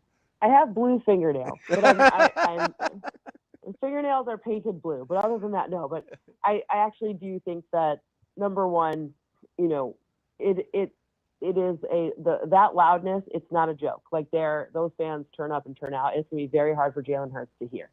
Should it be that matchup? Yeah. as a Lions fan, just what's your confidence level going in this weekend? How you feeling? As a Lions fan or as an analyst for the NFL? Because those are two different things. Both. Let's do both. As an analyst, my math is very strong that the Lions have a good chance of advancing based on their offense, their offensive line specifically, and the fact that it feels like their offense can overcome some of the woes from this really banged up defense. As a fan, I was not happy until I saw 3 zeros after 31-9. So just the way it is. Like, I've been used to being disappointed my whole life, so going to be hard to not be fearful until the game's over. If you're Ben Johnson, how careful should you or would you be that you don't always get arguably the best offensive line in the NFL to call plays for? If I'm Ben Johnson, look, truly, and I'm not saying this as a Lions fan, if I'm Ben Johnson, I am, depending on who he's paired with from the standpoint of who these these great defensive minds that are available are, I'm really careful about leaving. I would try to extort the Lions for a lot more money. I would just be like, pay me like a head coach, and I'll stay here, because this is not a strong quarterback or offensive line class. So if you're inheriting a mess, it could be difficult. It could be very difficult. That's Cynthia Frelund from the NFL Network. Cynthia, great stuff as always. We really appreciate it, and I hope the fan side of you has a nice, enjoyable weekend. I'm sure the analyst side of you will, no matter what. We appreciate it as always. Thank you so much for having me, and enjoy the football. Thanks, Cynthia. That's Cynthia Frelund from the NFL Network. Great stuff from her. As always, we'll be back with more Hurrdat Sports Radio coming up next.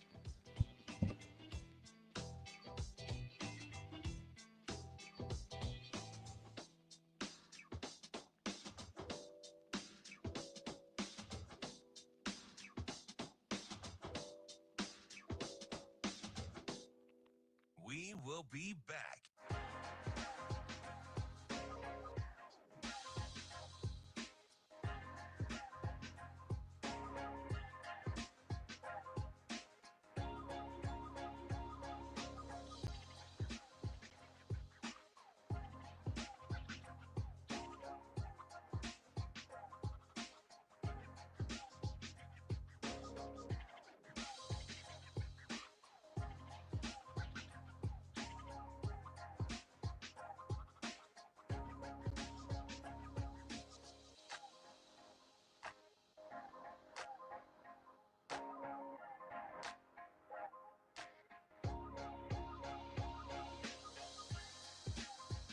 We will be back.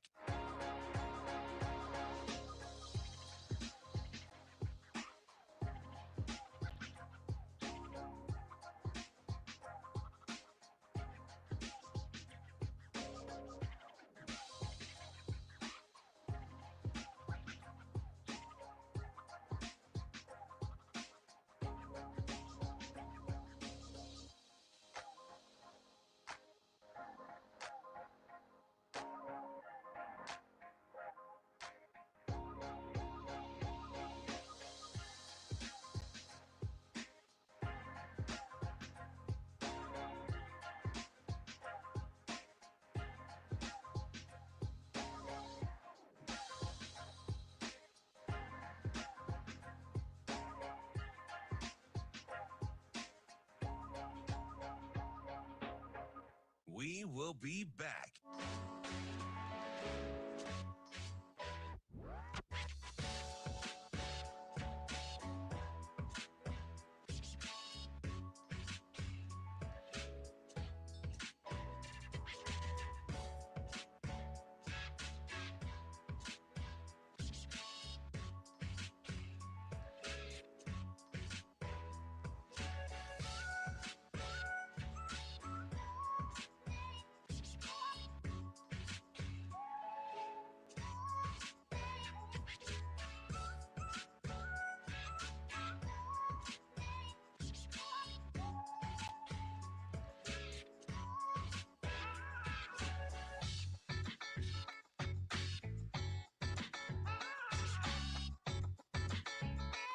We will be back.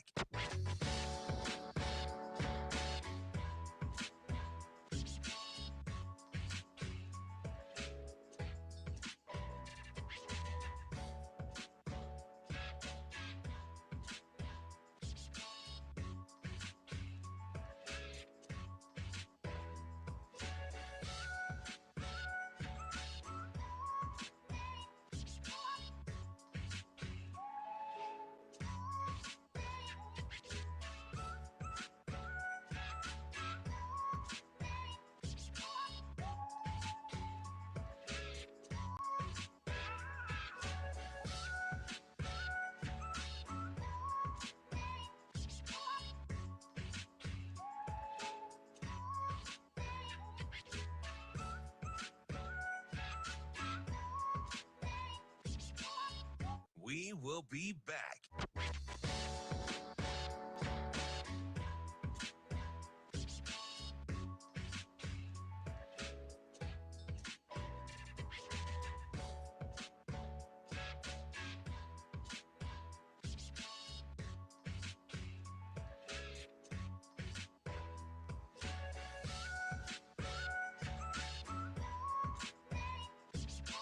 We will be back.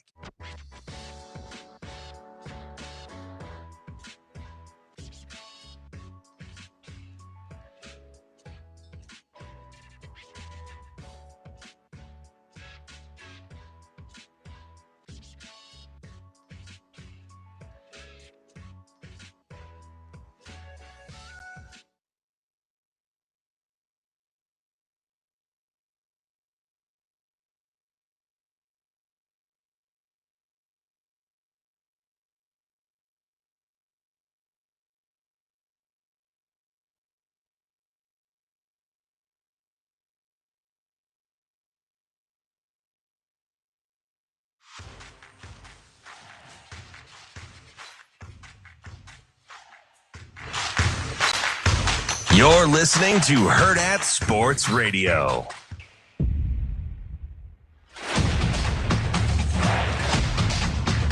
Halfway through the show here on Hurrdat Sports Radio, AM 590, ESPN Omaha, ESPN Tri-Cities. We're live from the Pillar Exterior Stage. And reminding you, if you're headed to work, make sure you have that seatbelt fastened. It protects from injuries and saves lives, but only when worn properly. Make it click. This message from the NDOT Highway Safety Office. DB, we were talking about something with Cynthia there that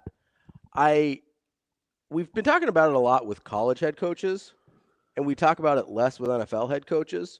But there is a part of me that starts to wonder if being a head coach is overrated, like as a career aspiration. Oh, yeah, I don't know. Like where'd that come from? Well, like, because we're talking about Ben Johnson, right? And she goes like, hey. All these guys trying to get out of the head coaching profession? Well, not just that, but like, is there a point if you're a super highly regarded coordinator and you go, hey, I've got a really good position here. Yeah, like, again, how often do you get a chance to probably coach the best, if not one of the best? It's certainly one of the best, if not the best offensive line in the NFL. And for very rare. Right. Incredibly rare. And you've got a quarterback who you know what he's capable of. You have a defense, and I understand the defensive coordinator is probably leaving, but you have a defense that you like what you – especially – Now, where do you think Glenn is going? I don't know. The Jets?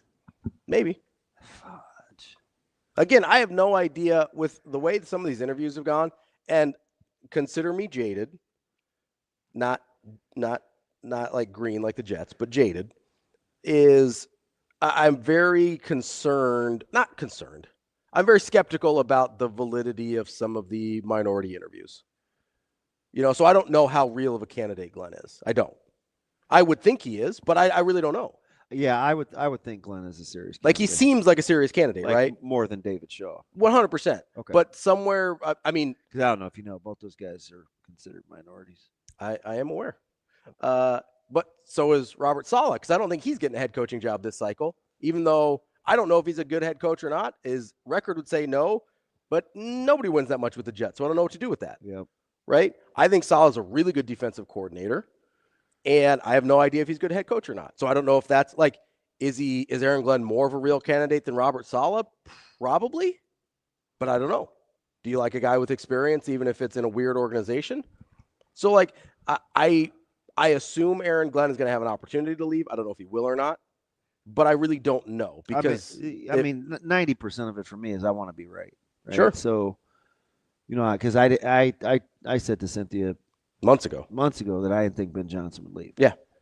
Right. And she knows more than me, so I got a little pushback, especially when it comes to the Lions. And she's like, you don't want to throw the baby out with the bathwater. That's a great line. I'm more of a eat the meat, spit out the bones guy, but the baby bathwater. Similar sentiment. Yeah, I was vibing with that. I would stay. If you're Ben Johnson. Every day that ends in Y. Yeah. Just give me a little pay bump. Just give me a little pay bump. I'll stick around. And I mean, I don't know like where he is with the family and generational wealth, but it may not take that much either. It may not take anything, honestly. Like there is and that's kind of why I asked the question the way I did. Like, is being a head coach overrated sometimes? Like if you're in a really good situation, because I wish more people thought of it like that because there's a lot that comes with it. Oh, yeah. Like it's not all just fancy title and big paychecks, right? 100%. Whether in the NFL or college. That's why I always used to chuckle, these last couple of years, but worried about Penn State and Coach Rule. I'm like, do you really think Coach Rule wants to go back to his alma mater and be in that soup kitchen? Mm-hmm. Look how much James Franklin wins and nobody's happy. It's incredible. Right? You look at that, you go, like that's a tough place to go back, especially if you're the returning son. We've seen that here, right? Yeah. No, their AD is his boy, but still. Yeah. It's just a tough position. It's just not quality of life, man. Quality of life. And it's funny because we talk about sometimes, you know what I think the hard thing is? And I've had to weigh, I have to weigh this. Sometimes you have to weigh, you have to give a value to how being somewhere makes you feel versus, maybe being out on the open market or commanding some more money. Could I really be happy? What's your quality of life worth? Yeah. What do you need to be happy? Because what you don't want to do is say to yourself, now, how much could I be miserable with? Yeah. Because inevitably that's going to happen. And a lot of people make that mistake. A lot of people. So it's I don't know. I wouldn't go anywhere if I'm Ben Johnson. Because you look at. And you've got a coach who's willing to shoulder. He's cool with you getting a lot of the headlines. He's cool with you getting a lot of headlines, and he deflects a lot of the attention. Yep. The negative attention. That's on me. All the decision making, we always put on Dan Campbell. I assume, right? When I'm like, I don't love that fourth down call, or I don't know why he's going for it there. I never put that on Ben Johnson. Maybe Ben Johnson's making that call. I don't know. Yeah, right. It's very plausible that he could be. And Dan Campbell's like, nope, that's on me. I'm the heat shield. That's what I do here. But I do look at it because it's funny in regular jobs. We make that distinction all the time where it's like, oh, I'm a really good salesperson. I don't want to be the sales manager, though. That's too much stress. It's the upside isn't enough for him. We do this as regular people all the time. And I think we sometimes forget that coaches are just regular people with really high profile jobs. I think it's super interesting that I think, the NFL is a much more desirable job right now than college. 100%. Without a doubt. Well, for most personality types. I think there are certain personality types. The ones that don't want to work 14 out of 12 months? No, the ones that the thing they care, they're the same type of people that become teachers. The things that they care about the most is helping kids. For those people, being in the NFL is not more desirable, even though it's a much easier job. There's some people that being a middle school teacher is a more enticing job than being a principal, right? Because you're in with the kids. Yep. That's how I would make the analogy between NFL and college. You're in the same industry, right? But it's a very different job. And there are people that would rather be a teacher than an administrator, despite the bigger paycheck, despite the fewer headaches or different headaches, And so I think there's and I would put Matt Rule in this category as a guy that he's in it for the kids. That's how it certainly seems. Yeah. Is he's in it for the betterment of No, I'm inclined to agree with that. Of young men, right? And if that's at least up to this point, if that's your mindset, then yeah, college is a better job. It's a better job for you, even if it's harder. But there's a lot of people that do jobs that are really, really hard that I wouldn't want that they love. Is there an upset brewing this weekend in any of these? In the NFL? Yeah. I was looking. You got the two big spreads, and then the one I think people will assume will be the tightest, which is Bills-Ravens. Yeah, Bills-Ravens. The Bills are 1-point road favorites, which I know, whatever. It's a coin flip game to me. I'm shocked at the line. That they're favorites? I would think that that is a scary, scary proposition if you're a Ravens fan. Yeah, I would assume you'd give the benefit of the doubt a small favorite to the Bills. 100%. The reason I asked Cynthia about Rams-Eagles is because I think that's the place I look at an upset. I think the Rams are genuinely playing really well. They're right just now. good. Yeah, the Rams are playing really well right now. I think kind of throughout the season I've been sort of skeptical about at certain points how the Eagles are playing, even though they're 14-3. That sounds silly. But there's been stretches throughout the season where we're like, do they even like each other? Like, the Ravens are favored. That's what I said. I thought you said the Bills were. No. That line's right. Okay. That line's right. I asked if because the Ravens are the better team. I asked if you. So being a slight fave would make sense. Right. At home. Well, no, that's in New York. It's in Buffalo. Listen what I'm telling. Listen what I just said. Yeah. The Ravens are the better team. Right. So them being a fave makes sense even with them at home. Them as yeah, okay, Buffalo. Okay, gotcha. Yeah. Yeah. Not them as in. I probably worded that poorly. No, that's okay. I just misunderstood. So I would have maybe thought the Bills would get the benefit of the doubt as the small favorite at home, even though I do think the Ravens are better. Like you see that sometimes where they give – if it's close, sometimes it edges the other way to the home team. Yeah. But I think the Rams are kind of my candidate for an upset there. And I guess – I mean, it's a -6, so it's a pretty sizable upset, I guess. But it wouldn't feel that way to me. I don't know. Maybe I'm just too high on the Rams. Well, so the crazy thing is Philadelphia looks more gettable. Yeah. But they're like really good. But they're really good. Like really, really good. But they feel more gettable. Like they feel more vulnerable to me. And I don't totally know why. I don't know if it's because I don't like Sirianni or like because A.J. Brown's reading too many books on the side. Like I don't know what it is. I really don't have a good sense of what it is. But you're right. They feel gettable. Yeah, I'll tell you what you better be careful with. Yeah? And right now I would take all the points. Texans are going to be a handful for the Chiefs. Yeah. It's a good matchup for their defense. That's a -8. That would be a big upset for that. That would kind of change the narrative on C.J. Stroud all of a sudden again, wouldn't it? Yeah, and he may not. I don't know how well he'll have to play. Yeah, but that's a little too many right now. Start hearing some good things about D'Amico Ryans as well. We'll talk to Brian Edwards about all of these and more coming up next on Hurrdat Sports Radio. We will be back.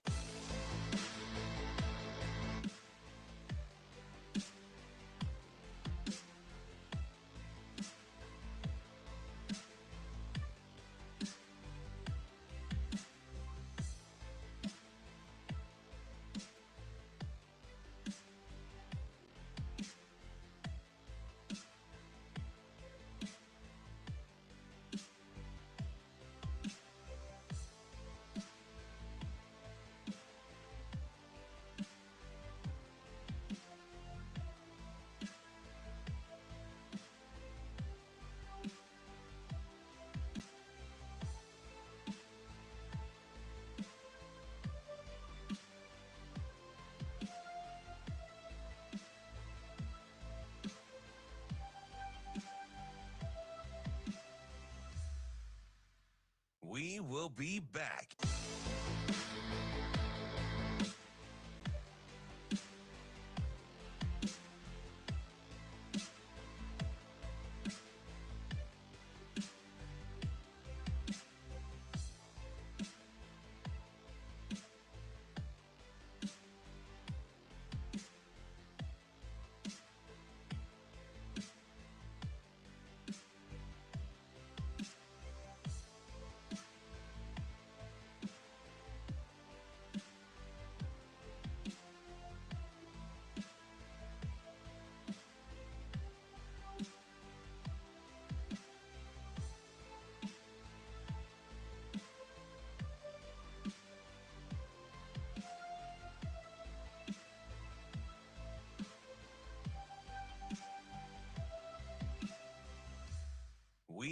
be back.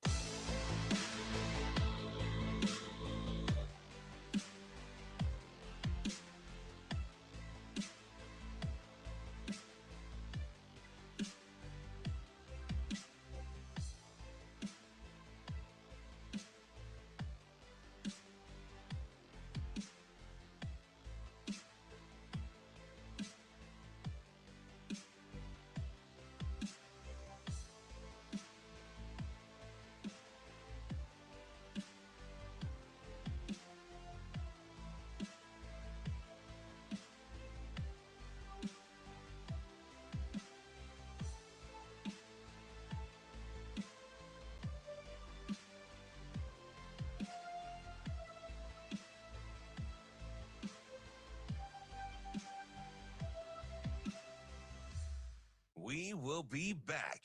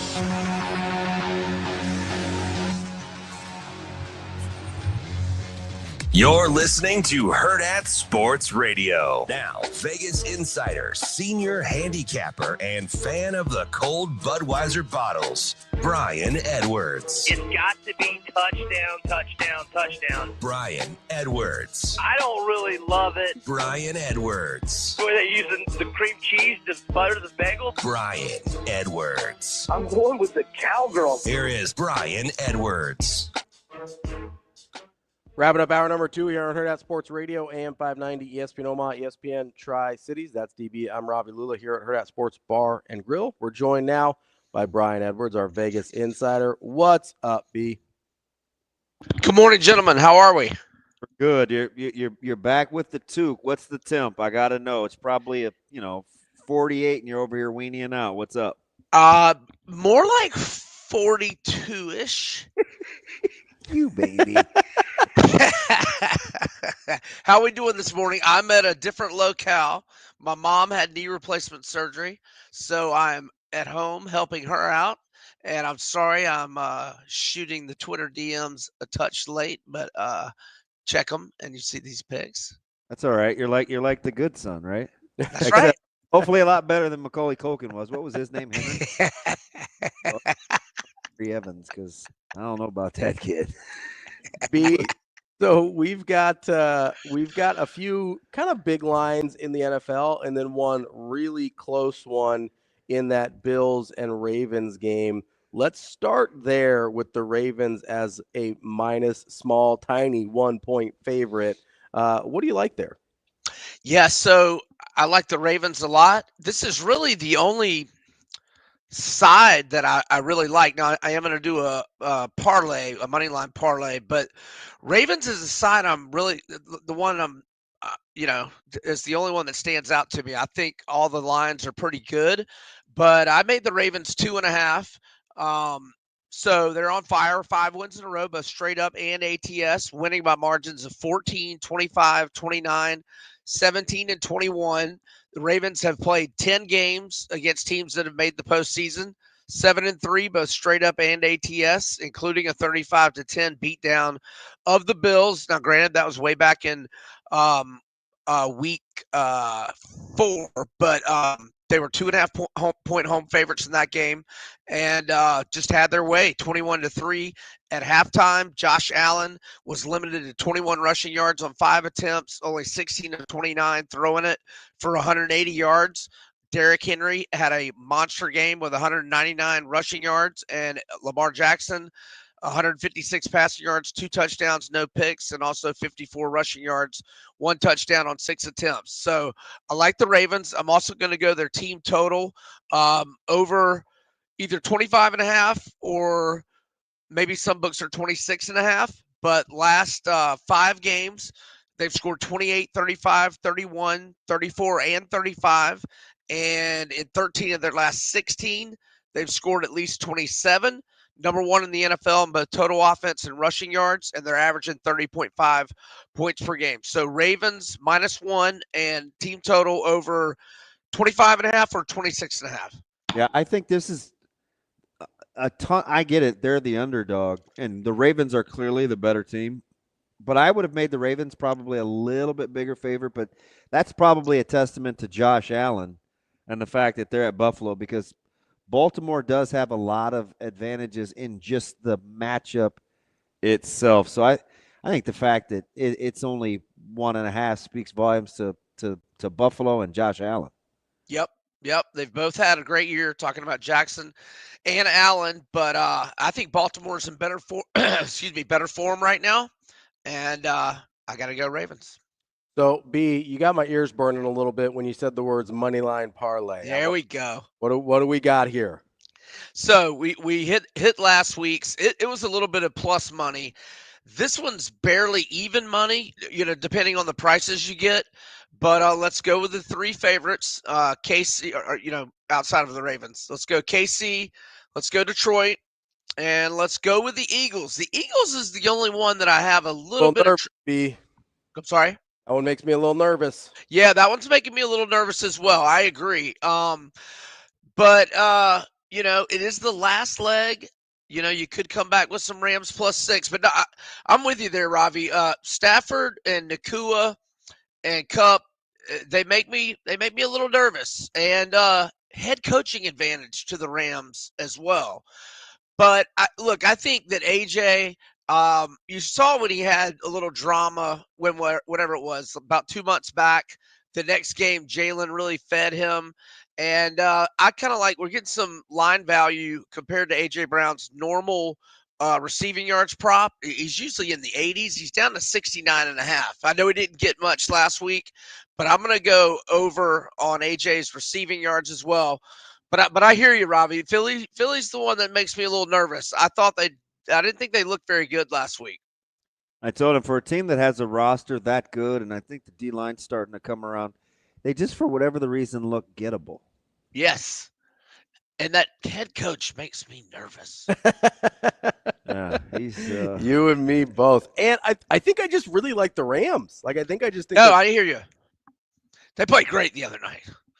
So, hey, I want to go to the UFC because you got to be in a little bit of dilemma, because you got 2 guys facing each other with Nurmagomedov and Davishli. 2 guys that have made you a little bit of money seeing one another.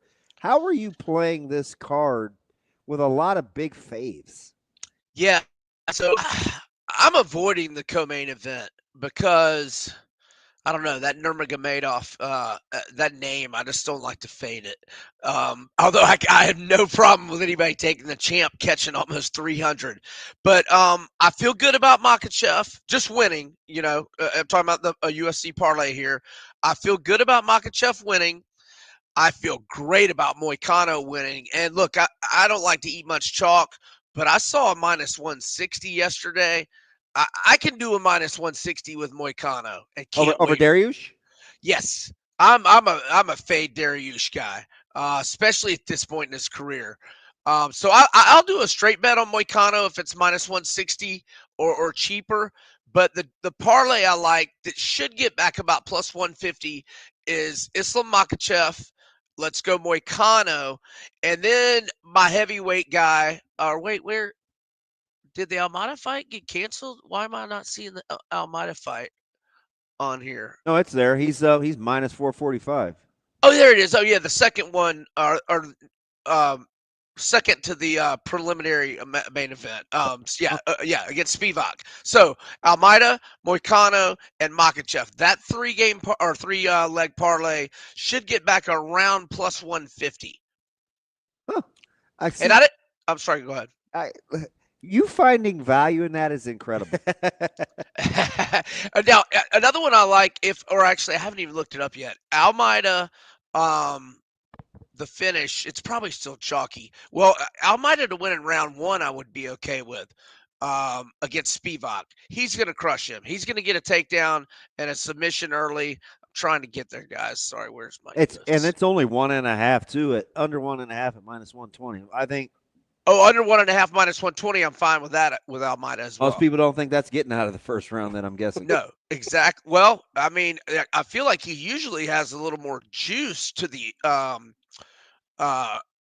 over, or you usually can't get plus money on under 1.5 with Almeida, but I think he finishes him in the first round. I'm still not finding the first round prop because there's all these regional fights here. Right, here we go. Where are we? Almeida. I can't. Go ahead. I was gonna say, B, while you're looking for that, let me give you a proposition here on your money line parlay for the NFL. Okay. Yes. If you switch the game that we're a little iffy about from to the Ravens, if you go if you go from minus 260 for the Eagles to go plus 215 for the Rams, that changes your payout pretty drastically. I was just doing a little calculator here. Sure. What's that get us, like 4-1, 5-1? I think it's almost 6-1. Oh, well, like if you're looking for value there and you're not in love with the Eagles, I'm just saying. Right? No, I hear you on that. We could just switch it to the Ravens, but I already feel like I've got enough built in on the Ravens. Okay, Almeida to win in round 1 is plus 150. Okay, I love that. So Almeida to win in round 1 and or under 1.5 at minus 120. I can't believe he's getting that kind of plus money in round 1, B. That has trap game written all over it. That's all he does. That's all he does. And I mean, I got to look at Spivak. Let's see. I don't know, B. That has like fool's gold written. Plus 150 for a first round stoppage for him. Yeah. Okay, so I'm looking at Spivak. He's never been submitted, but come on, he hasn't. I mean, Derek Lewis isn't going to submit him. Cyril Gahn's not going to submit him. So that's what I'm looking at his recent. Greg Hardy's not going to submit him. Aspinall just knocked him out in the first round. So, Alexei Olenek did not submit him. That was a long time ago. Are you surprised that these folks seem to be confident? And maybe it's Dana. He's the one that can make it happen and pay John Jones enough that this fight actually happens in 2025. I don't know, man. I just don't think Jones wants to fight him, but man, I hope so. And if anybody can make it happen, it'll be Dana. But did you see these Jones comments like in the last week? He said Aspinall can have the title. Maybe he's just posturing for more money, but he's saying Aspinall can have the title. I want Pereira. That's our guy, B. Edwards, Vegas Insider Major Wager. We love. Did we get to your Laporta little prop parlays? Let's do Sam Laporta over 49.5 receiving yards and anytime touchdown plus 148. There we go. Oh, nice. That's our guy, B. Edwards. We appreciate it as always. I'm just saying, think about that little switch on the Rams. Oh, you're gonna really rag on me next week if the Rams win. I'm just saying, I like 6-1 a lot more than even money. That's all. All right, fellas. Y'all have a great weekend. We appreciate it. That's Brian Edwards. We'll be back with Michael Bruntz here on Hurrdat Sports Radio.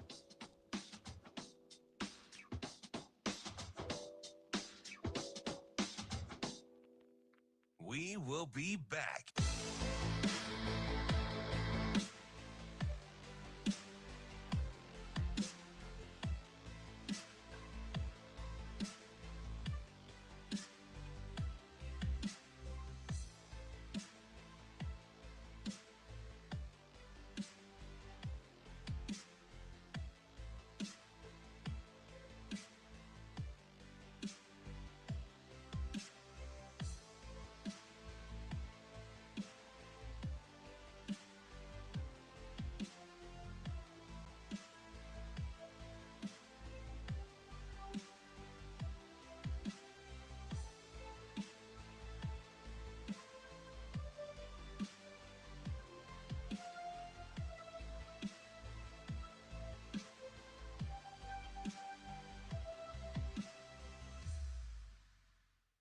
will be back.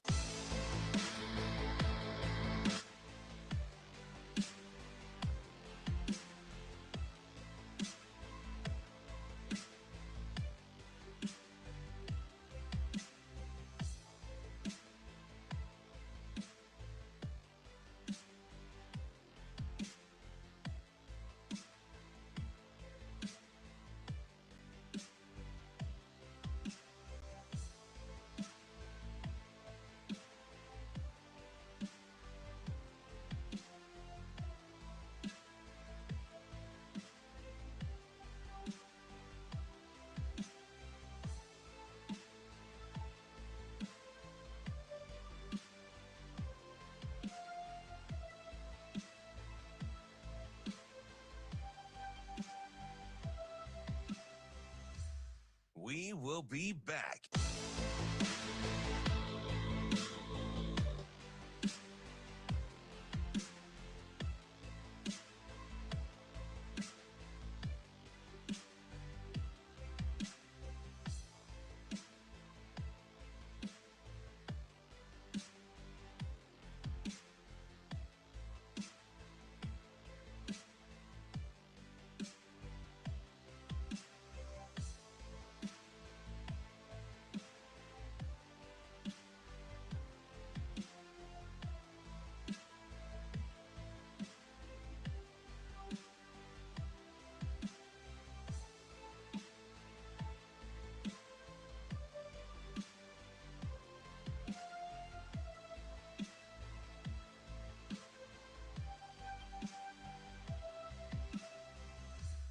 We will be back.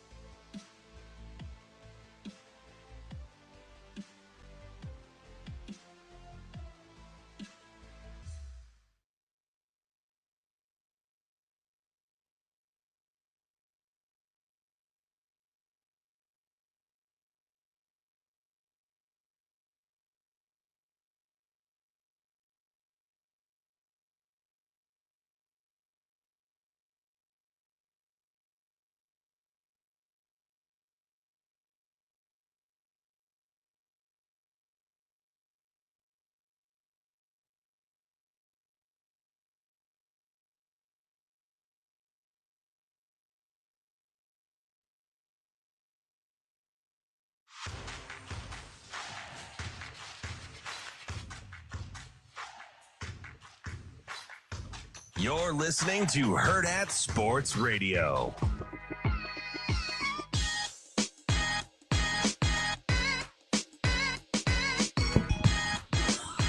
Kicking off hour number 3 here on Hurrdat Sports Radio, presented by Centris Federal Credit Union. That's DB. I'm Ravi Lulla here at Hurrdat Sports Bar and Grill. We're joined now by Michael Bruntz from Husker 24/7. Bruntz, what's going on? Hey, not much. How you guys doing? Good. It sounds like you have a little cough, as do I, man. It's every break I'm like managing my flipping cough.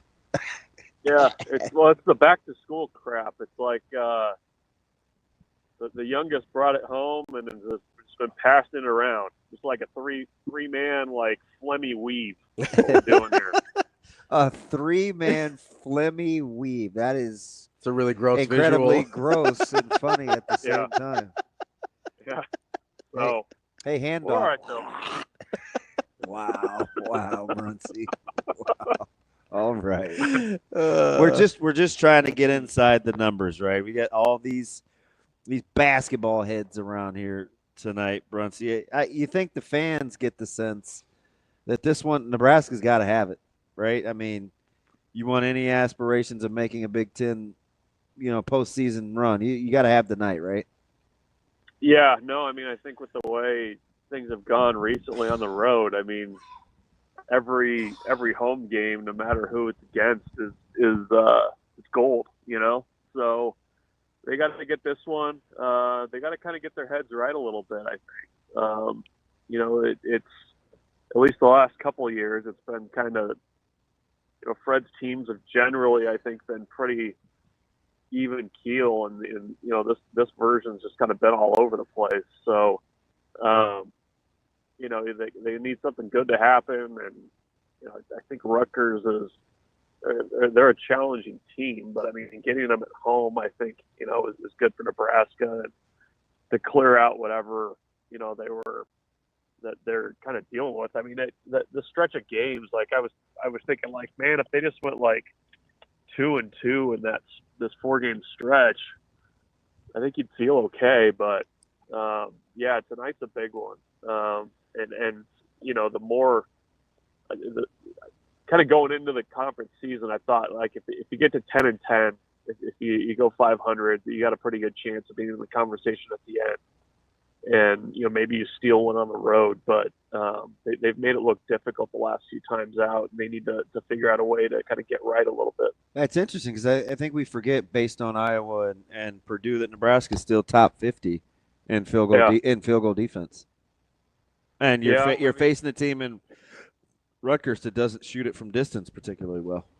Yeah, no, I mean, it feels like a game on paper that you're like, okay, this is one that Nebraska should be able to play its game and play pretty well and come out there with a win. But yeah, I mean, it's I don't know, it just those the last few, with the way that Iowa ended, and then I think Purdue's just kind of that's just the nature of playing on the road there. But they need to get back to the strong defense and find somebody that can make an outside shot. Bruntz, we talk all the time, especially in basketball, about like, well, they've got the best player on the floor, so that gives them a shot. And yet, kind of in this matchup, we feel sort of the opposite, where it seems like Nebraska should win this one. All the analytics say Nebraska should win this one. But Rutgers likely, at the very least, will have the two most talented players on the floor. I don't know if they're going to be the best players on the floor. Like, do you have any idea who you think Rutgers actually is, or are you as in the dark as they seem to be? Yeah, I mean, it's funny. I mean, like with as Rutgers is kind of built, I mean, they've never really had kind of the star power that they have now, or seeming star power. It's felt like every time you got Rutgers on your schedule, and especially if they were coming into PBA, it's like you need to get yourself ready for a low-scoring, defensive-heavy, just fight it out, back alley type game. I don't know if this version of Rutgers has that in them, but yeah, I mean, I think that's the kind of game that Nebraska's going to have to win here. It is just a really good defensive game where they kind of clamp down on guys. And, it's messed with my head a little bit, where it's like, okay, Rutgers has legit, and I know they've had highly ranked guys before, but it seems like guys that are a little bit outside of the system that Steve Pikiell's kind of built that program on in recent years. I want to stay in the Big Ten for a second. Are you surprised, or are you like, well, kind of been trending that way, that Minnesota is as bad as they are? Am I surprised? I think people loved the hire a couple years ago. I do. They did. And they're they're bad. They've also shown stretches of being for 11 minutes at a time. I completely agree with you. Completely. I don't know. It's always felt like that the last couple of years, I mean, they've not made a change there. You probably could have made a pretty strong case for a change needing to be made there, but they've always kind of flown by the skin of their teeth a little bit. So I don't know. I mean, I guess in my simple brain, I revert back to the stretches of basketball where you're just like, what is going on? There was it Ohio State they were playing, and it was a very key late minute, final possession, have to get a stop. It's 2 weeks ago. Oh, yeah, it was 2 weeks ago. Yeah. and you've got like a guy that's just like uncovered under the basket. Yeah. You're like, what is going on? Yeah. Like, Yeah. it was like he was in that game, isn't it crazy? Like the place was empty. Yeah, no, I mean, the guy was like cherry picking under the basket, and the ball was taken out at the mid-court line. I was like, how does that happen? It just seems like they should, like they play good basketball there, man. It just seems like that school should be good. Not to go all DePaul, because I hate that argument. But I think they should be better than what they are. I mean, there's enough basketball talent in the Twin Cities, and that's enough of a brand in the Big Ten that they should definitely be, middle of the pack, probably in the Big Ten without much effort. And it's felt like they've, had to put in a lot of effort to stay out of the basement the last couple of years. Who's the best team in the Big Ten for you? The best team? It probably depends on the night, doesn't it? Or health, if you think it's Illinois. Yeah, I mean, I guess I would go Illinois. It really, like, I feel like night to night you could almost make a different case. I mean, even Purdue last night, I would say. Hey, that was pretty gutty, wasn't it? Washington gave them all they wanted for 28 minutes. Yeah, and I don't know if that's. I mean, is that having to go 2 time zones away or 3 time zones away, I guess, with where West Lafayette is? Yeah, because they were down what? They were down 10 early maybe in the first half? They're down 8 at the half. Yeah. I think it was 30-22 at the half. And so I don't know. I mean, it feels like it's shaping up to be another one of those Big Ten type years where, it's a small group of teams or, 1 or 2 that kind of separate themselves from the pack, and then that kind of big middle group of teams that, just kind of beat on each other. I mean, I don't know what that ultimately gets you come tournament time, maybe an Elite Eight exit. I mean, is that kind of where this is all headed? I think I said earlier to DB, I go, I'm not sure if there's a national champion here, but there might be like 6 Sweet 16 teams. Yeah. Yeah. I mean, it's felt like, a kind of a typical year for the Big Ten in some ways. And then you've added a team like, Oregon, I think is fine. And, I guess Nebraska broke UCLA, but, USC can beat you night in and night out if they play well. I think that was Ravi's friend Mick Cronin that broke UCLA. Yeah, well. He's still beating his chest on the table that he did the right thing, though. Yeah. Well, they were kind of on the ledge, I think, and Nebraska kind of gave them a little kick in the back of the leg to push them off. So, you guys in on Wisconsin? I mean, it's a joke. What's that? Are you in on Wisconsin? Not yet. Give me another couple weeks, and I might be. Can I be in on Tanji and not in on Wisconsin? Yes, you can. Because I'll take that here for the local guys. Yeah, not here for Wisconsin. and I think Northwestern will beat them tonight. It might be my pick for the day, but Maryland is a team that's interesting too. Yeah, well, Nebraska's got to deal with them coming up. It's not. That's why. Yeah, I mean, go back to your original question. That's why you got to get tonight. I mean, you got to at least get one out of this stretch. We're talking with Michael Bruntz, Husker 24/7. Bruntz, we've kind of had a lot of conversations about what this Nebraska basketball team is, what I guess ails them, and what could be fixed in season. DB made the case earlier this year that a lot of their problems are offensively are solved if Esijan just shoots it a little bit, maybe not even better, but more consistently.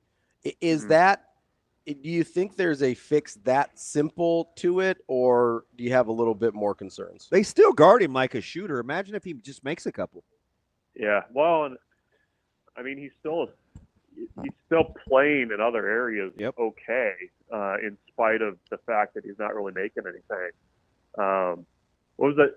I forget which game was it. He was like plus 24 and he scored 3 points. Like, that kind of a thing that he's been doing. So it's Ravi's favorite.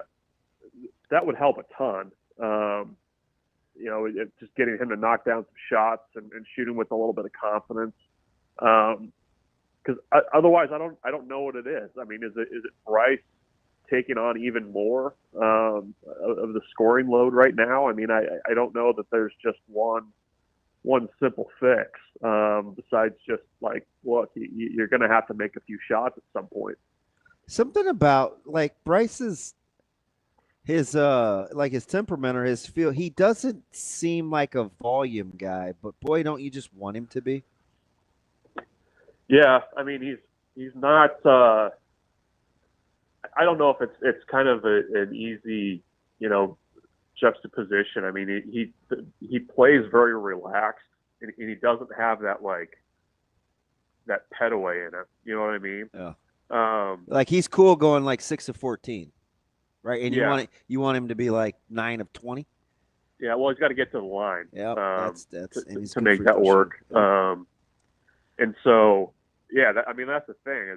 I think a lot of times, getting to the line is about aggression. It's about being intentional about how you're trying to assert yourself offensively. And I think you might just need a little bit more of that down the stretch, or as they kind of get into February to kind of get things turned around and maybe buy some time for those other guys to figure out what they're doing offensively. Bruntz, what if I just gave you that Juwan Gary shoots it from the field the way he did last year instead of the way he's shooting now? It's like an 8 to 10% difference. Yeah, I mean that was for the you? other thing I was kind of wondering too. When you're saying if there's a quick fix, I mean, just kind of reverting to what he did last year would be okay. I don't know about you guys. I mean, does it feel like he's making fewer of those just kind of the easy ones? Easier, I should say. The easier, like just kind of out of nowhere hustle plays, things like that kind of seem to result in baskets the last couple of years. Kind of like his second or third bucket against Purdue, where he's kind of scrapping along the baseline and got the nice little putback after the airball three. Or all of them that he missed against Iowa in those pretty much exact same scenarios. Yeah. I'm with you, Bruntz. That makes some sense. Can I give you stats for that, Bruntz? Yes, I would love a stat. 2-point field goal percentage, almost exactly the same volume. His 2-point field goal percentage is almost 13% lower than last year. He shot at 60% from 2 last year. He's at 47 this year. With about the same amount of almost the exact same volume across the board. 2s, 3s, overall field goals, almost everything. The volume is almost identical. The points per game is identical. The difference is he's not making nearly as many 2s. He is shooting the free throws better. That's how the points are the same. Well, that's an incredible little find. Yeah. I keep him around for, look at you just data mining. Look at you. You got your little hard hat on, your little pickaxe. They just call me Bob the Builder over here, Bruntsy. Find some stats. hey, Bruntsy, do you trust Indiana? No. He said it with a laugh. You almost made me spit take. I wouldn't if it didn't hurt, I would laugh anything too. right now. Not a big Mike Woodson guy? No. I read a fair amount of Indiana coverage. Doyle hammered him.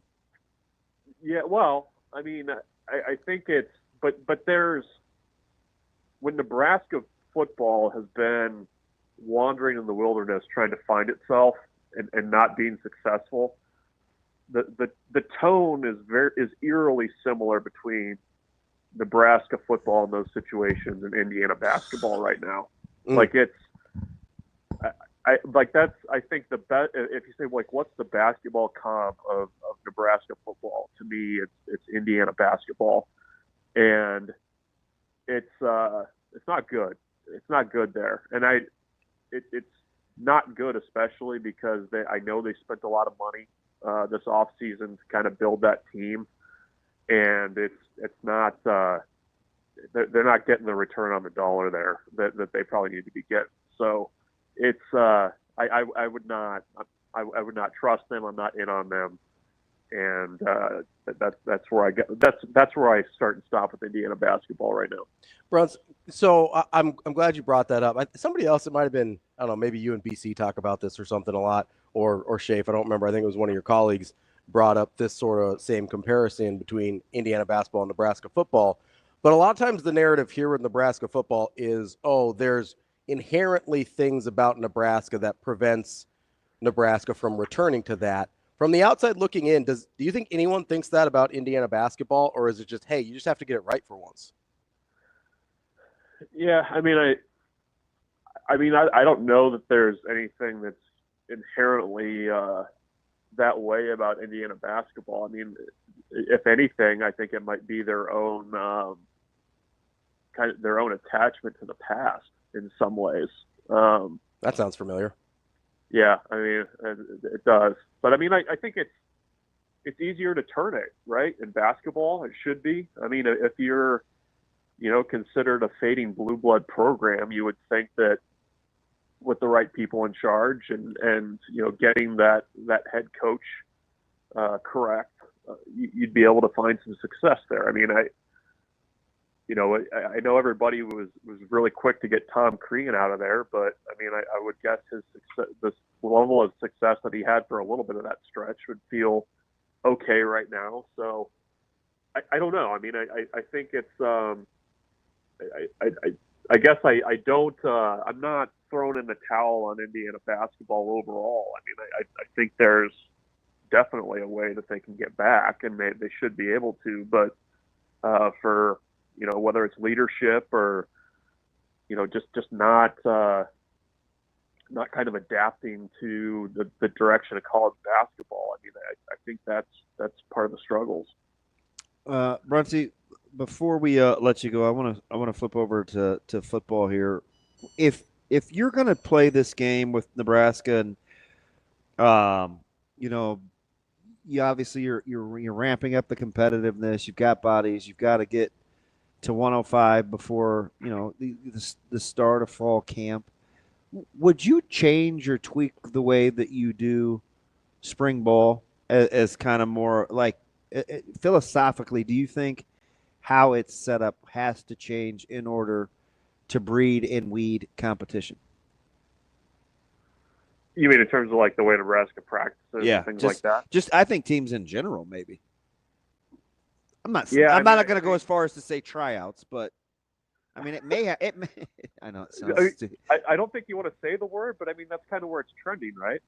Yeah. Like, I mean, I auditions. Does that make people feel better than tryout? Yeah, whatever you want to call it. I mean, I think I know they want to change the calendar, but I mean, I think it's pretty easy to see a way where a guy transfers into a school in January, goes through spring ball and kind of sees where things stand. And I mean, let's say you transfer in and you're third on the depth chart. I mean, why are you sticking around? Yeah. I mean, I think that's definitely possible. I also, you've seen that a little bit in baseball. I mean, you get guys that kind of come in with no guarantees in August and enroll. They go through fall ball, kind of get a sense of where they're at, and then by January, if you're going to have a spot on the team or not. I mean, that's pretty common on a smaller scale. So I don't know. I mean, I think it is almost kind of like a rookie mini camp. I mean, that's kind of what it potentially feels like in that situation. But with unencumbered movement through the portal, I think that would be a direction you could see happening pretty easily. Bruntz, do you think that's, do you think that's a positive, or is it just the reality of the world we live in now?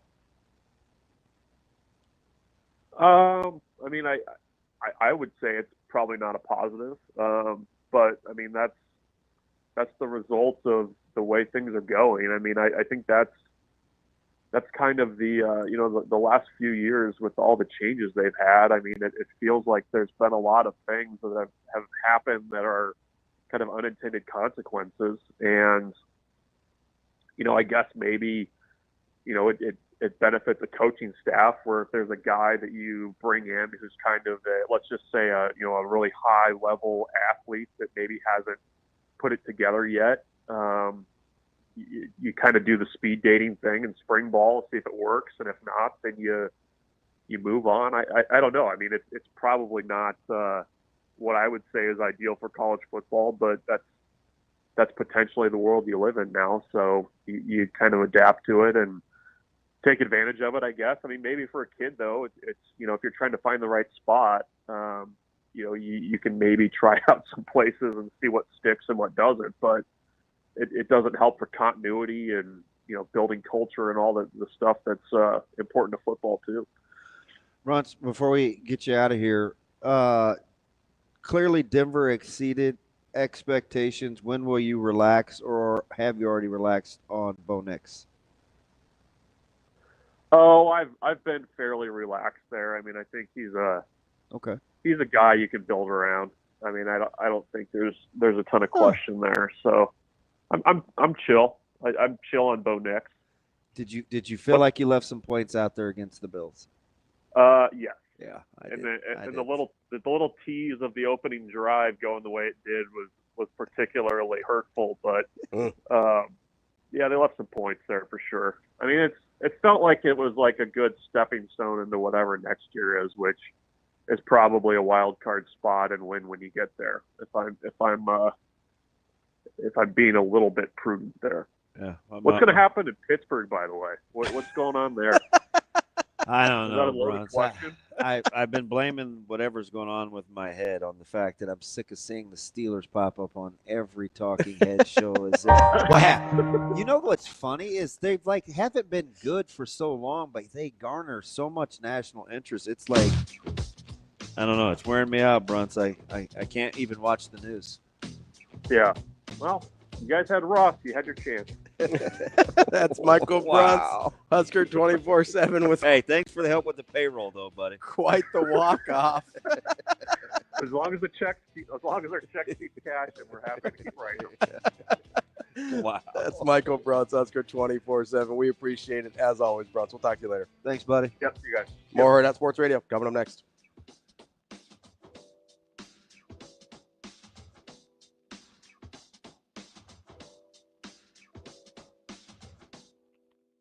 We will be back.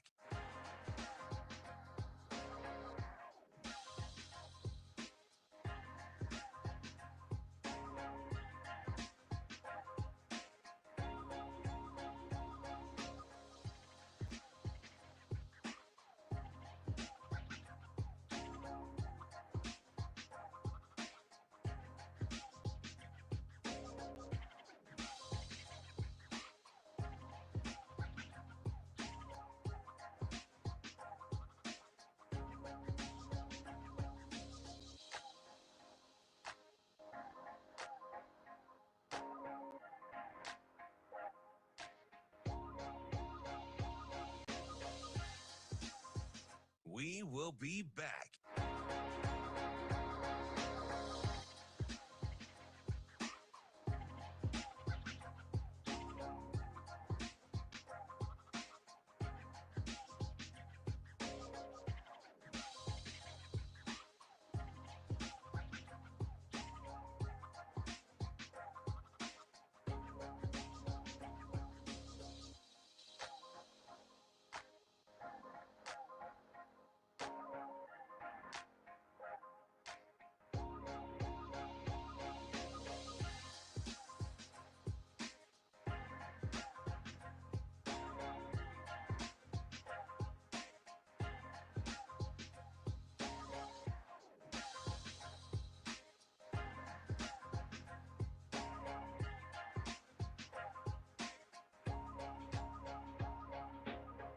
We will be back.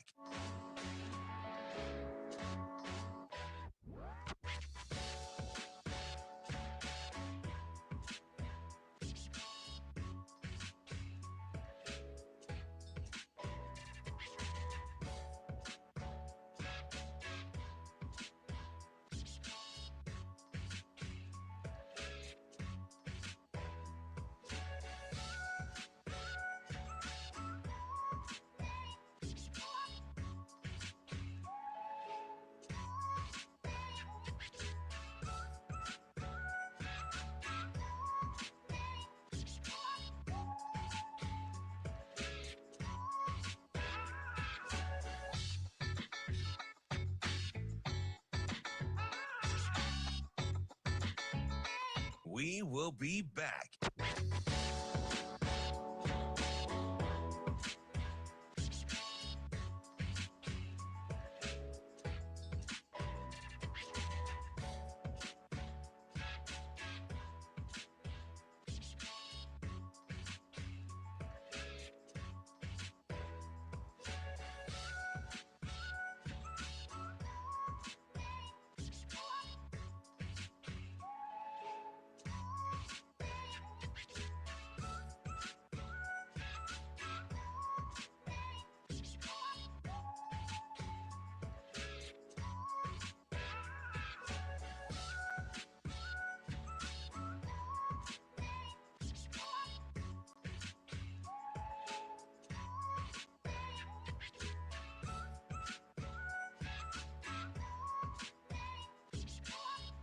We will be back.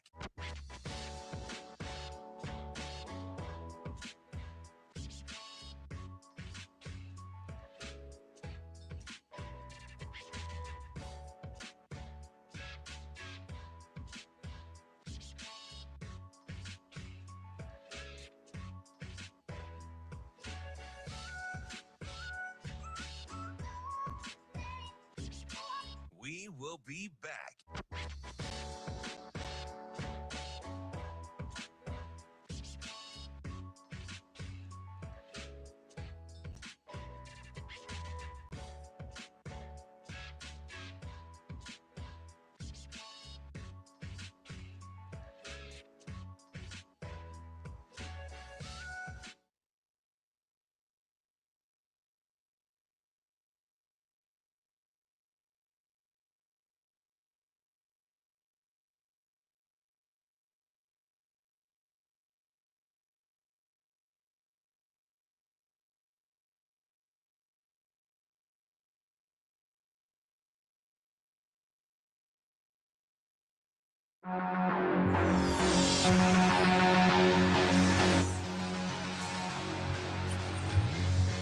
You're listening to Hurrdat Sports Radio. Welcome back, Hurrdat Sports Radio, AM 590, ESPN Omaha, ESPN Tri-City, KFOR in Lincoln. We're live here on the Pillar Exterior stage. It's time for Bet On It, brought to you by Warhorse Sportsbook, the best place in Nebraska to place your sports bets, whether you're into parlays, straight bets, props, whatever it is, they've got you covered. Go check out warhorseCasino.com for more info. DB. Coming off a split. Yeah. You got that Iowa State game pegged. Well, but I gave out Iowa State was easy, as was Tennessee. Yeah. Just I'd seen Georgia. But Vandy sold. Yeah. It's all right. It's all right. Win more than you lose. 2 out of 3, that'll do. 2 out of 3 ain't bad. That'll make you money. Shane, who was that again? That was one R.I.P. Meatloaf. Thank you. I always forget. What year did Meatloaf die? Oh, don't do it. Don't do it. Why not? QB Ace, he's my man. He's back. He almost nailed the Broncos-Bills score. I thought he was all wet. It shouldn't have been that score, but I mean, it is what it is. What it is. Yeah. Like I can't go back and say, whoa. But Denver did leave a lot of points. You know what I was surprised though? That Buffalo stayed on the gas. Yeah. A little bit. They kind of they stepped on it. They kind of stayed on the grass. They're like gas. We're like, yeah, we need to get these wide receivers going. TK said you both visibly dislike Bruntz as you can build around Bo Nix. I don't know if I disliked it. I was surprised that he said full disclosure, it. I was surprised. I don't feel good. That probably wasn't what made me sick. I probably was trying to keep my chest together. I thought we did kind of look at each other though. I was surprised. I know why TK said that, because when he said it, I was like, I was a little taken aback. I was like, oh, he's come around. I don't know. Maybe I'm splitting hairs. So here. that's what because I was surprised. TK's right. I did. I was surprised, and I don't know if it's the way I won't be saying TK's right again. I don't know if it was the way it was phrased, but like it doesn't quite feel right saying build around Bo Nix. You know why I said that? Why? Because yesterday or day before, Peyton was like, "Hey, we're not doing the feature back thing. Like, yeah, we're going to do this by committee." Yeah. Which I was like, well, you are going to build a yes, like that's that philosophy. Like that's what's going to happen. That's what you're saying. Right? Are they the biggest surprise of the AFC or even the NFL?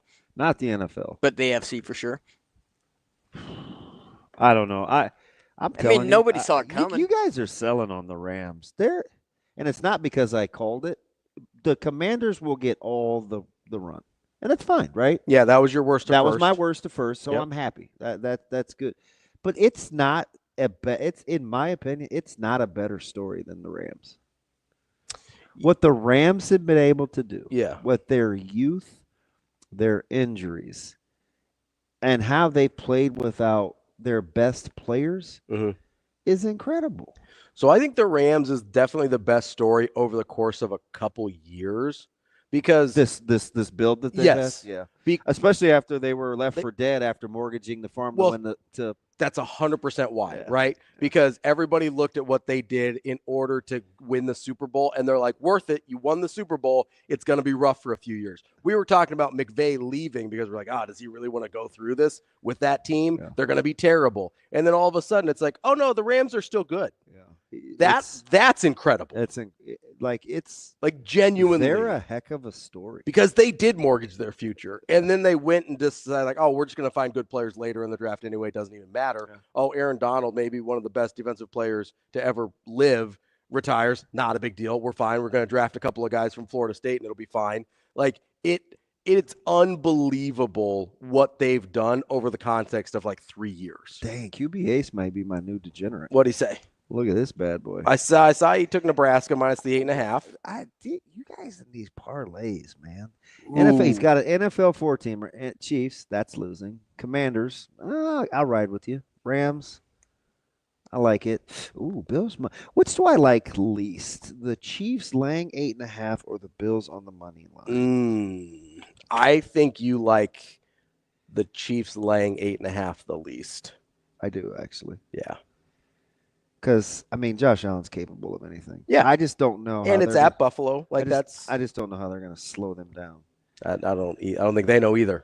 I just start with handing the ball off. Yeah, give James Cook a little love. Yeah. I just hope it's a good game. Yeah, I think so. I would love that. I don't think the Chiefs cover. Yeah, TK doesn't either. Says Chiefs win, Texans covered. QB Ace thinks Houston's getting stomped. Yeah. So, he did say that about Denver. Yeah. Yeah, I don't know. I think Chiefs minus 8.5 is the one I like the least there. You could be talked into the Bills money line? Yeah. It wouldn't take that much even. So if I was making that line and I wanted people to and I really wanted to induce action, I would have made the Ravens -3. To try and get people on the Bill side? Yeah. Because it's a really easy argument. It's not a hard argument for me to tell you that the Ravens could kick a field goal. Yeah. -1 is basically, -1's a pick 'em, right? Like that. And it doesn't seem like it should be a pick 'em. I'm telling you, they're loving Allen and Buffalo. When I say Baltimore is clearly the better team, they're clearly the better team. Vegas is saying Josh Allen at home, he's hard to go against. True. That's you know what it's also saying to me is we need Lamar to show us. Could be. That's what I'm looking at that line and saying. Could be. That's why I could be talked into it.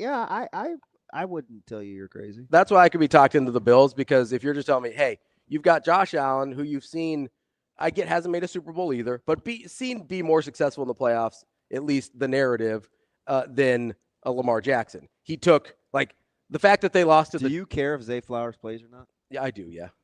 I don't.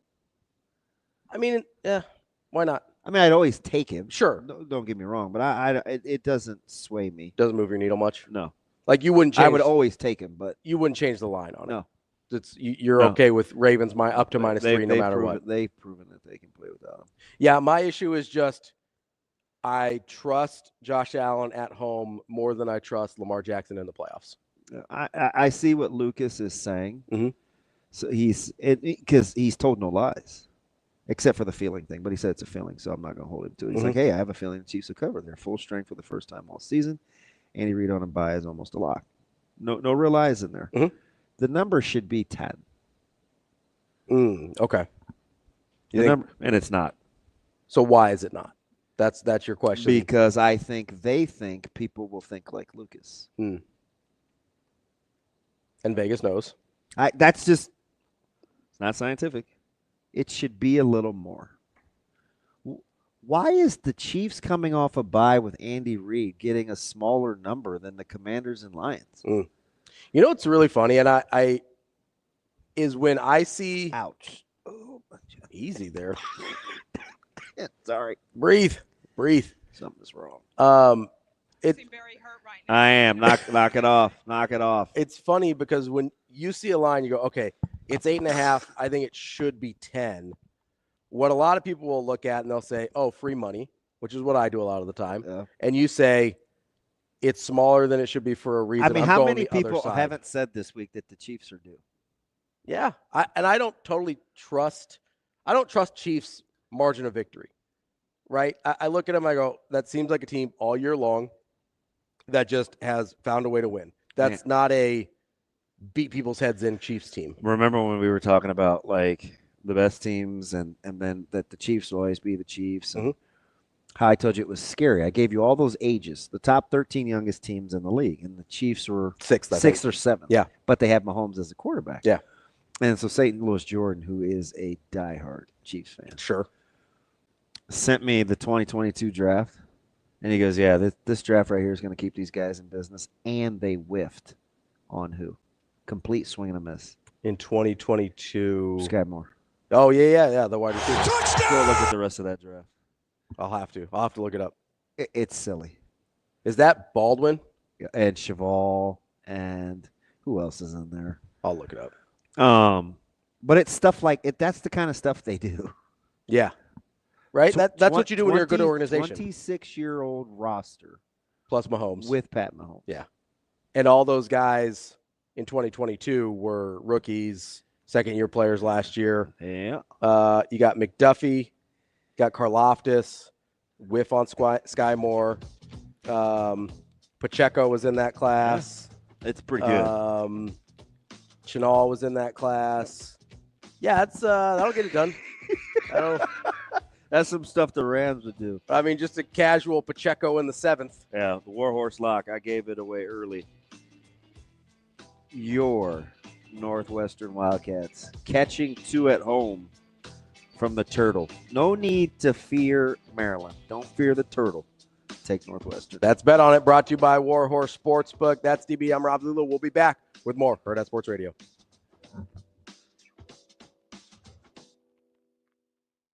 We will be back.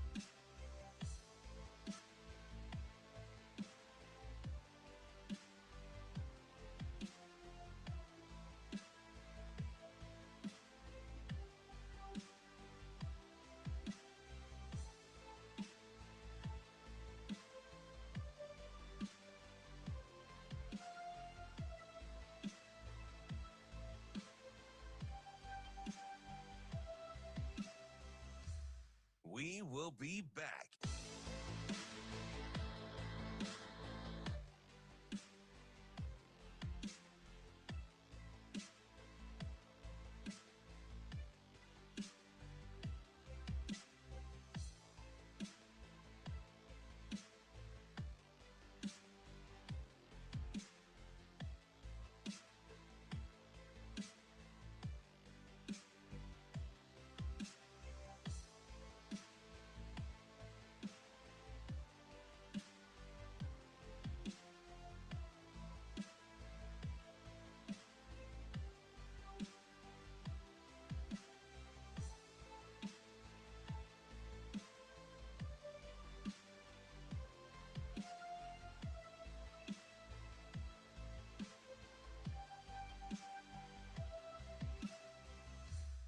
We will be back.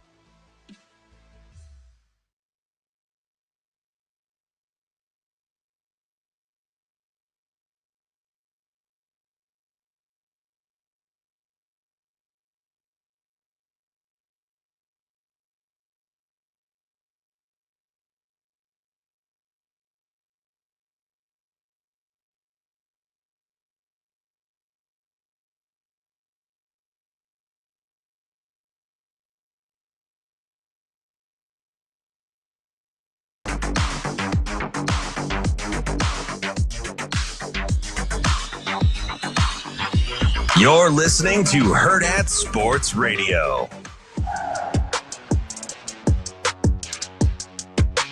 Wrapping up the show here on Hurrdat Sports Radio, AM 590, ESPN Omaha, ESPN Tri-Cities, KFOR in Lincoln, here at Hurrdat Sports Bar and Grill. That's DB. I'm Ravi Lulla. We're brought to you by our friends at Centris Federal Credit Union. They are federally insured by NCUA and an equal housing lender, and they've got you covered. If you've got some big plans for 2025 and you need a little cash, check out their home equity programs. Whether it's a home equity loan or a line of credit, you can talk to experts at Centris, and they have you covered. It's centrisfcu.org to find out more. DB.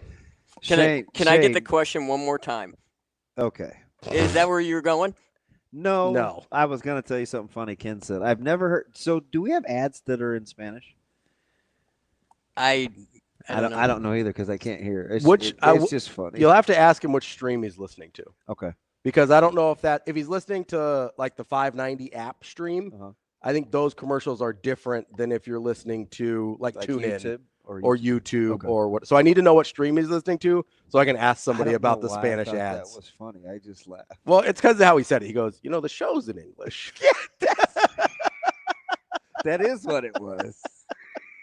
But all my ads are in Spanish. That is definitely that. Good call. So my question was,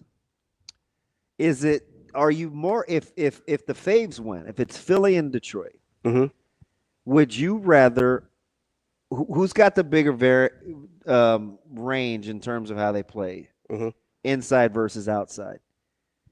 Hurts with ideal pristine conditions and Barkley running inside versus them hosting Detroit at home, or Goff being at home with the noise versus Detroit going outside to play.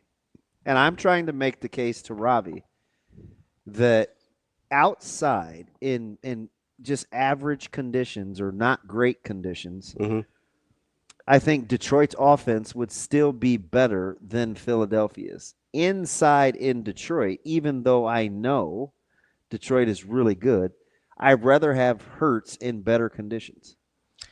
And listen, I don't feel as strongly about this as you seem to.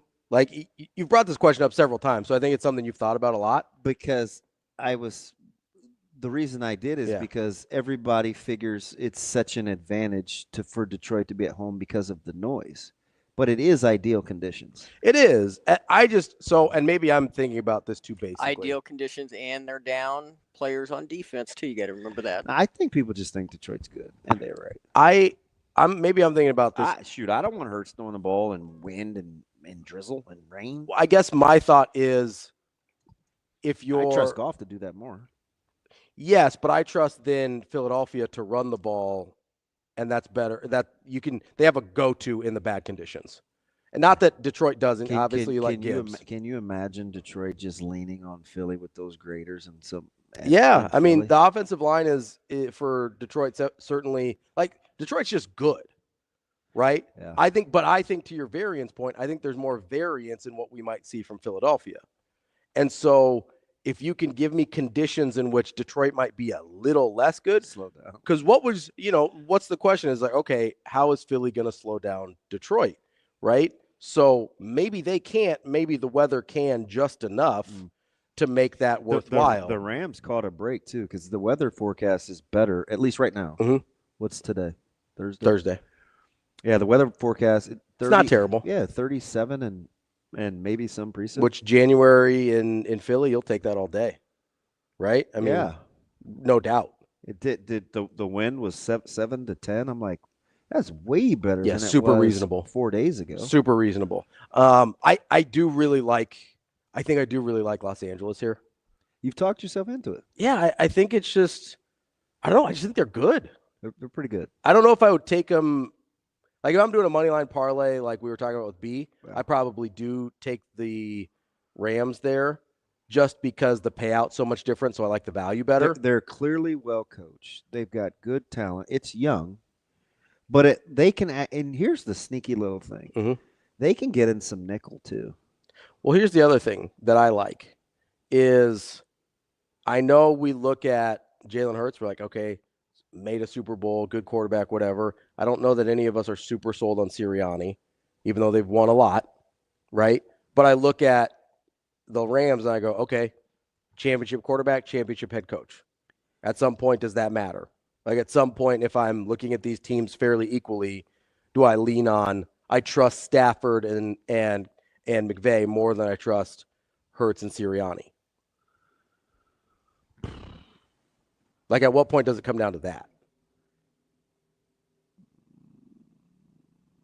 That's a heck of a question. Because, just like right now, like if I just would have not thought about it, I would have said yes. Yeah. Like I trust Stafford and McVay. So do I.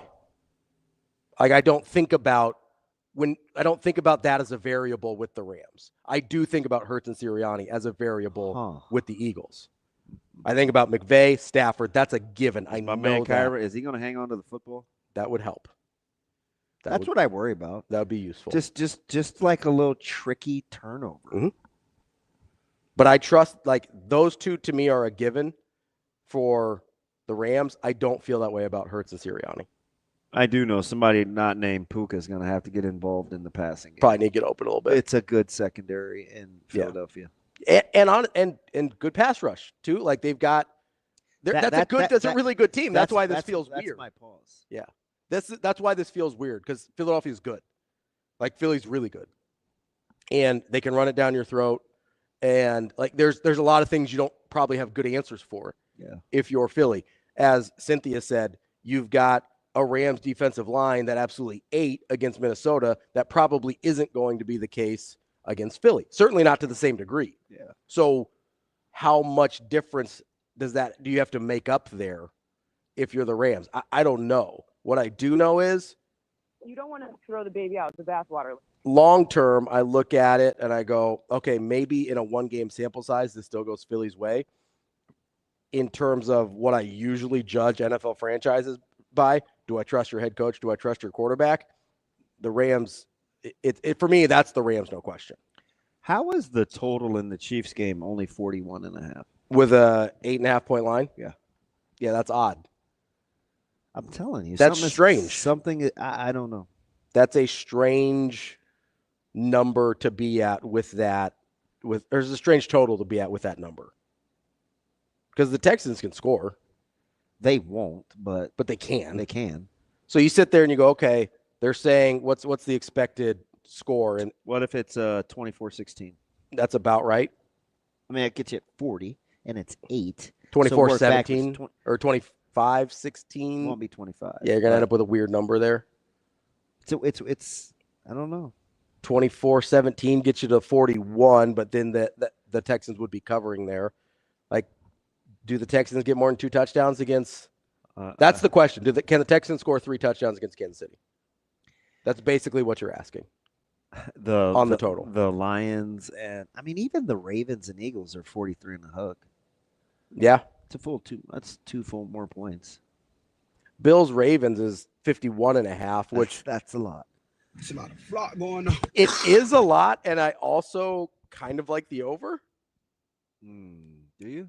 I think they're both going to score. I mean, 51. It's 27-24. Yeah, I think the winner needs 30 in that game. Oh, no. I don't know, man. Both those teams can score.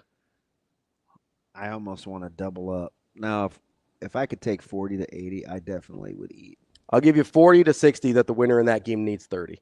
But you're winning. So not double up, but an extra 20. Huh. That the winner in that game, Bills Ravens. Do you think somebody scores 30? Has to get to 30. Let me think about it. Okay. 'Cause I'm dead set on saying no. Which, by the way, that you don't think they will. Yeah, somebody DM me about me talking about Minnesota and Michigan. Like, why did I ask Bruntz about Minnesota? Mm-hmm. Because guess what the line is tonight against Michigan? What would you make it? Where's that? Top 20 Michigan. It's at Minnesota. Yeah. Michigan by. I don't know. I mean, the difference between Michigan and Minnesota is bigger than the difference, I think, between Nebraska and Rutgers. You are correct. So I would say 11.5. It's 9.5. That seems low. Seems low. Yeah, something's up. They're like, aha, this is what they don't do. Do you know how bad I wanted to give out Minnesota? Something is rotten in the state of Denmark. I wanted to give out Minnesota. Yeah, but then you'd be betting on Minnesota. Yeah, I know. That's the problem, right? You don't feel like Northwestern is no world beaters. No, it's not. But it's. I've watched, but you don't feel good about betting on Minnesota. It's way too low. Yeah, like I would guess Michigan is good. I would guess minimum 11.5. Yeah, because that means I think it's about 15 at home for 15 neutral site for Michigan, and that feels right. Yeah. So I don't. Yeah, 9.5 feels crazy. I'm telling you, watch. We're gonna come tomorrow and be like, man, that damn. I don't like it. Like DB, man, at Minnesota. I'm telling you, watch. It's gonna be just like Marquette and DePaul. That damn DB. Doesn't make any sense. That Marquette DePaul one, man. I wanted to come in here and slap you. Wow. This just became a tough hang. Like the Stones to be like, yeah, I like DePaul. I know. He's like, man, they got some talent. That's okay. All right. Whatever you say, bud. And then come in just about. The best part about that is not that they sent it to overtime, not that they were right, but they almost didn't cover in overtime after sending it to overtime. It got to a 2-point final. I don't either. I was watching it sort of. 79-69. I'm like, oh, somebody's going to feel like North Texas and Eastern Carolina all over again. Nope. Wasn't that horrible? That was brutal. That's DB. I'm Ravi Lulla. We will be back tomorrow to wrap up your week. This is Hurrdat Sports Radio.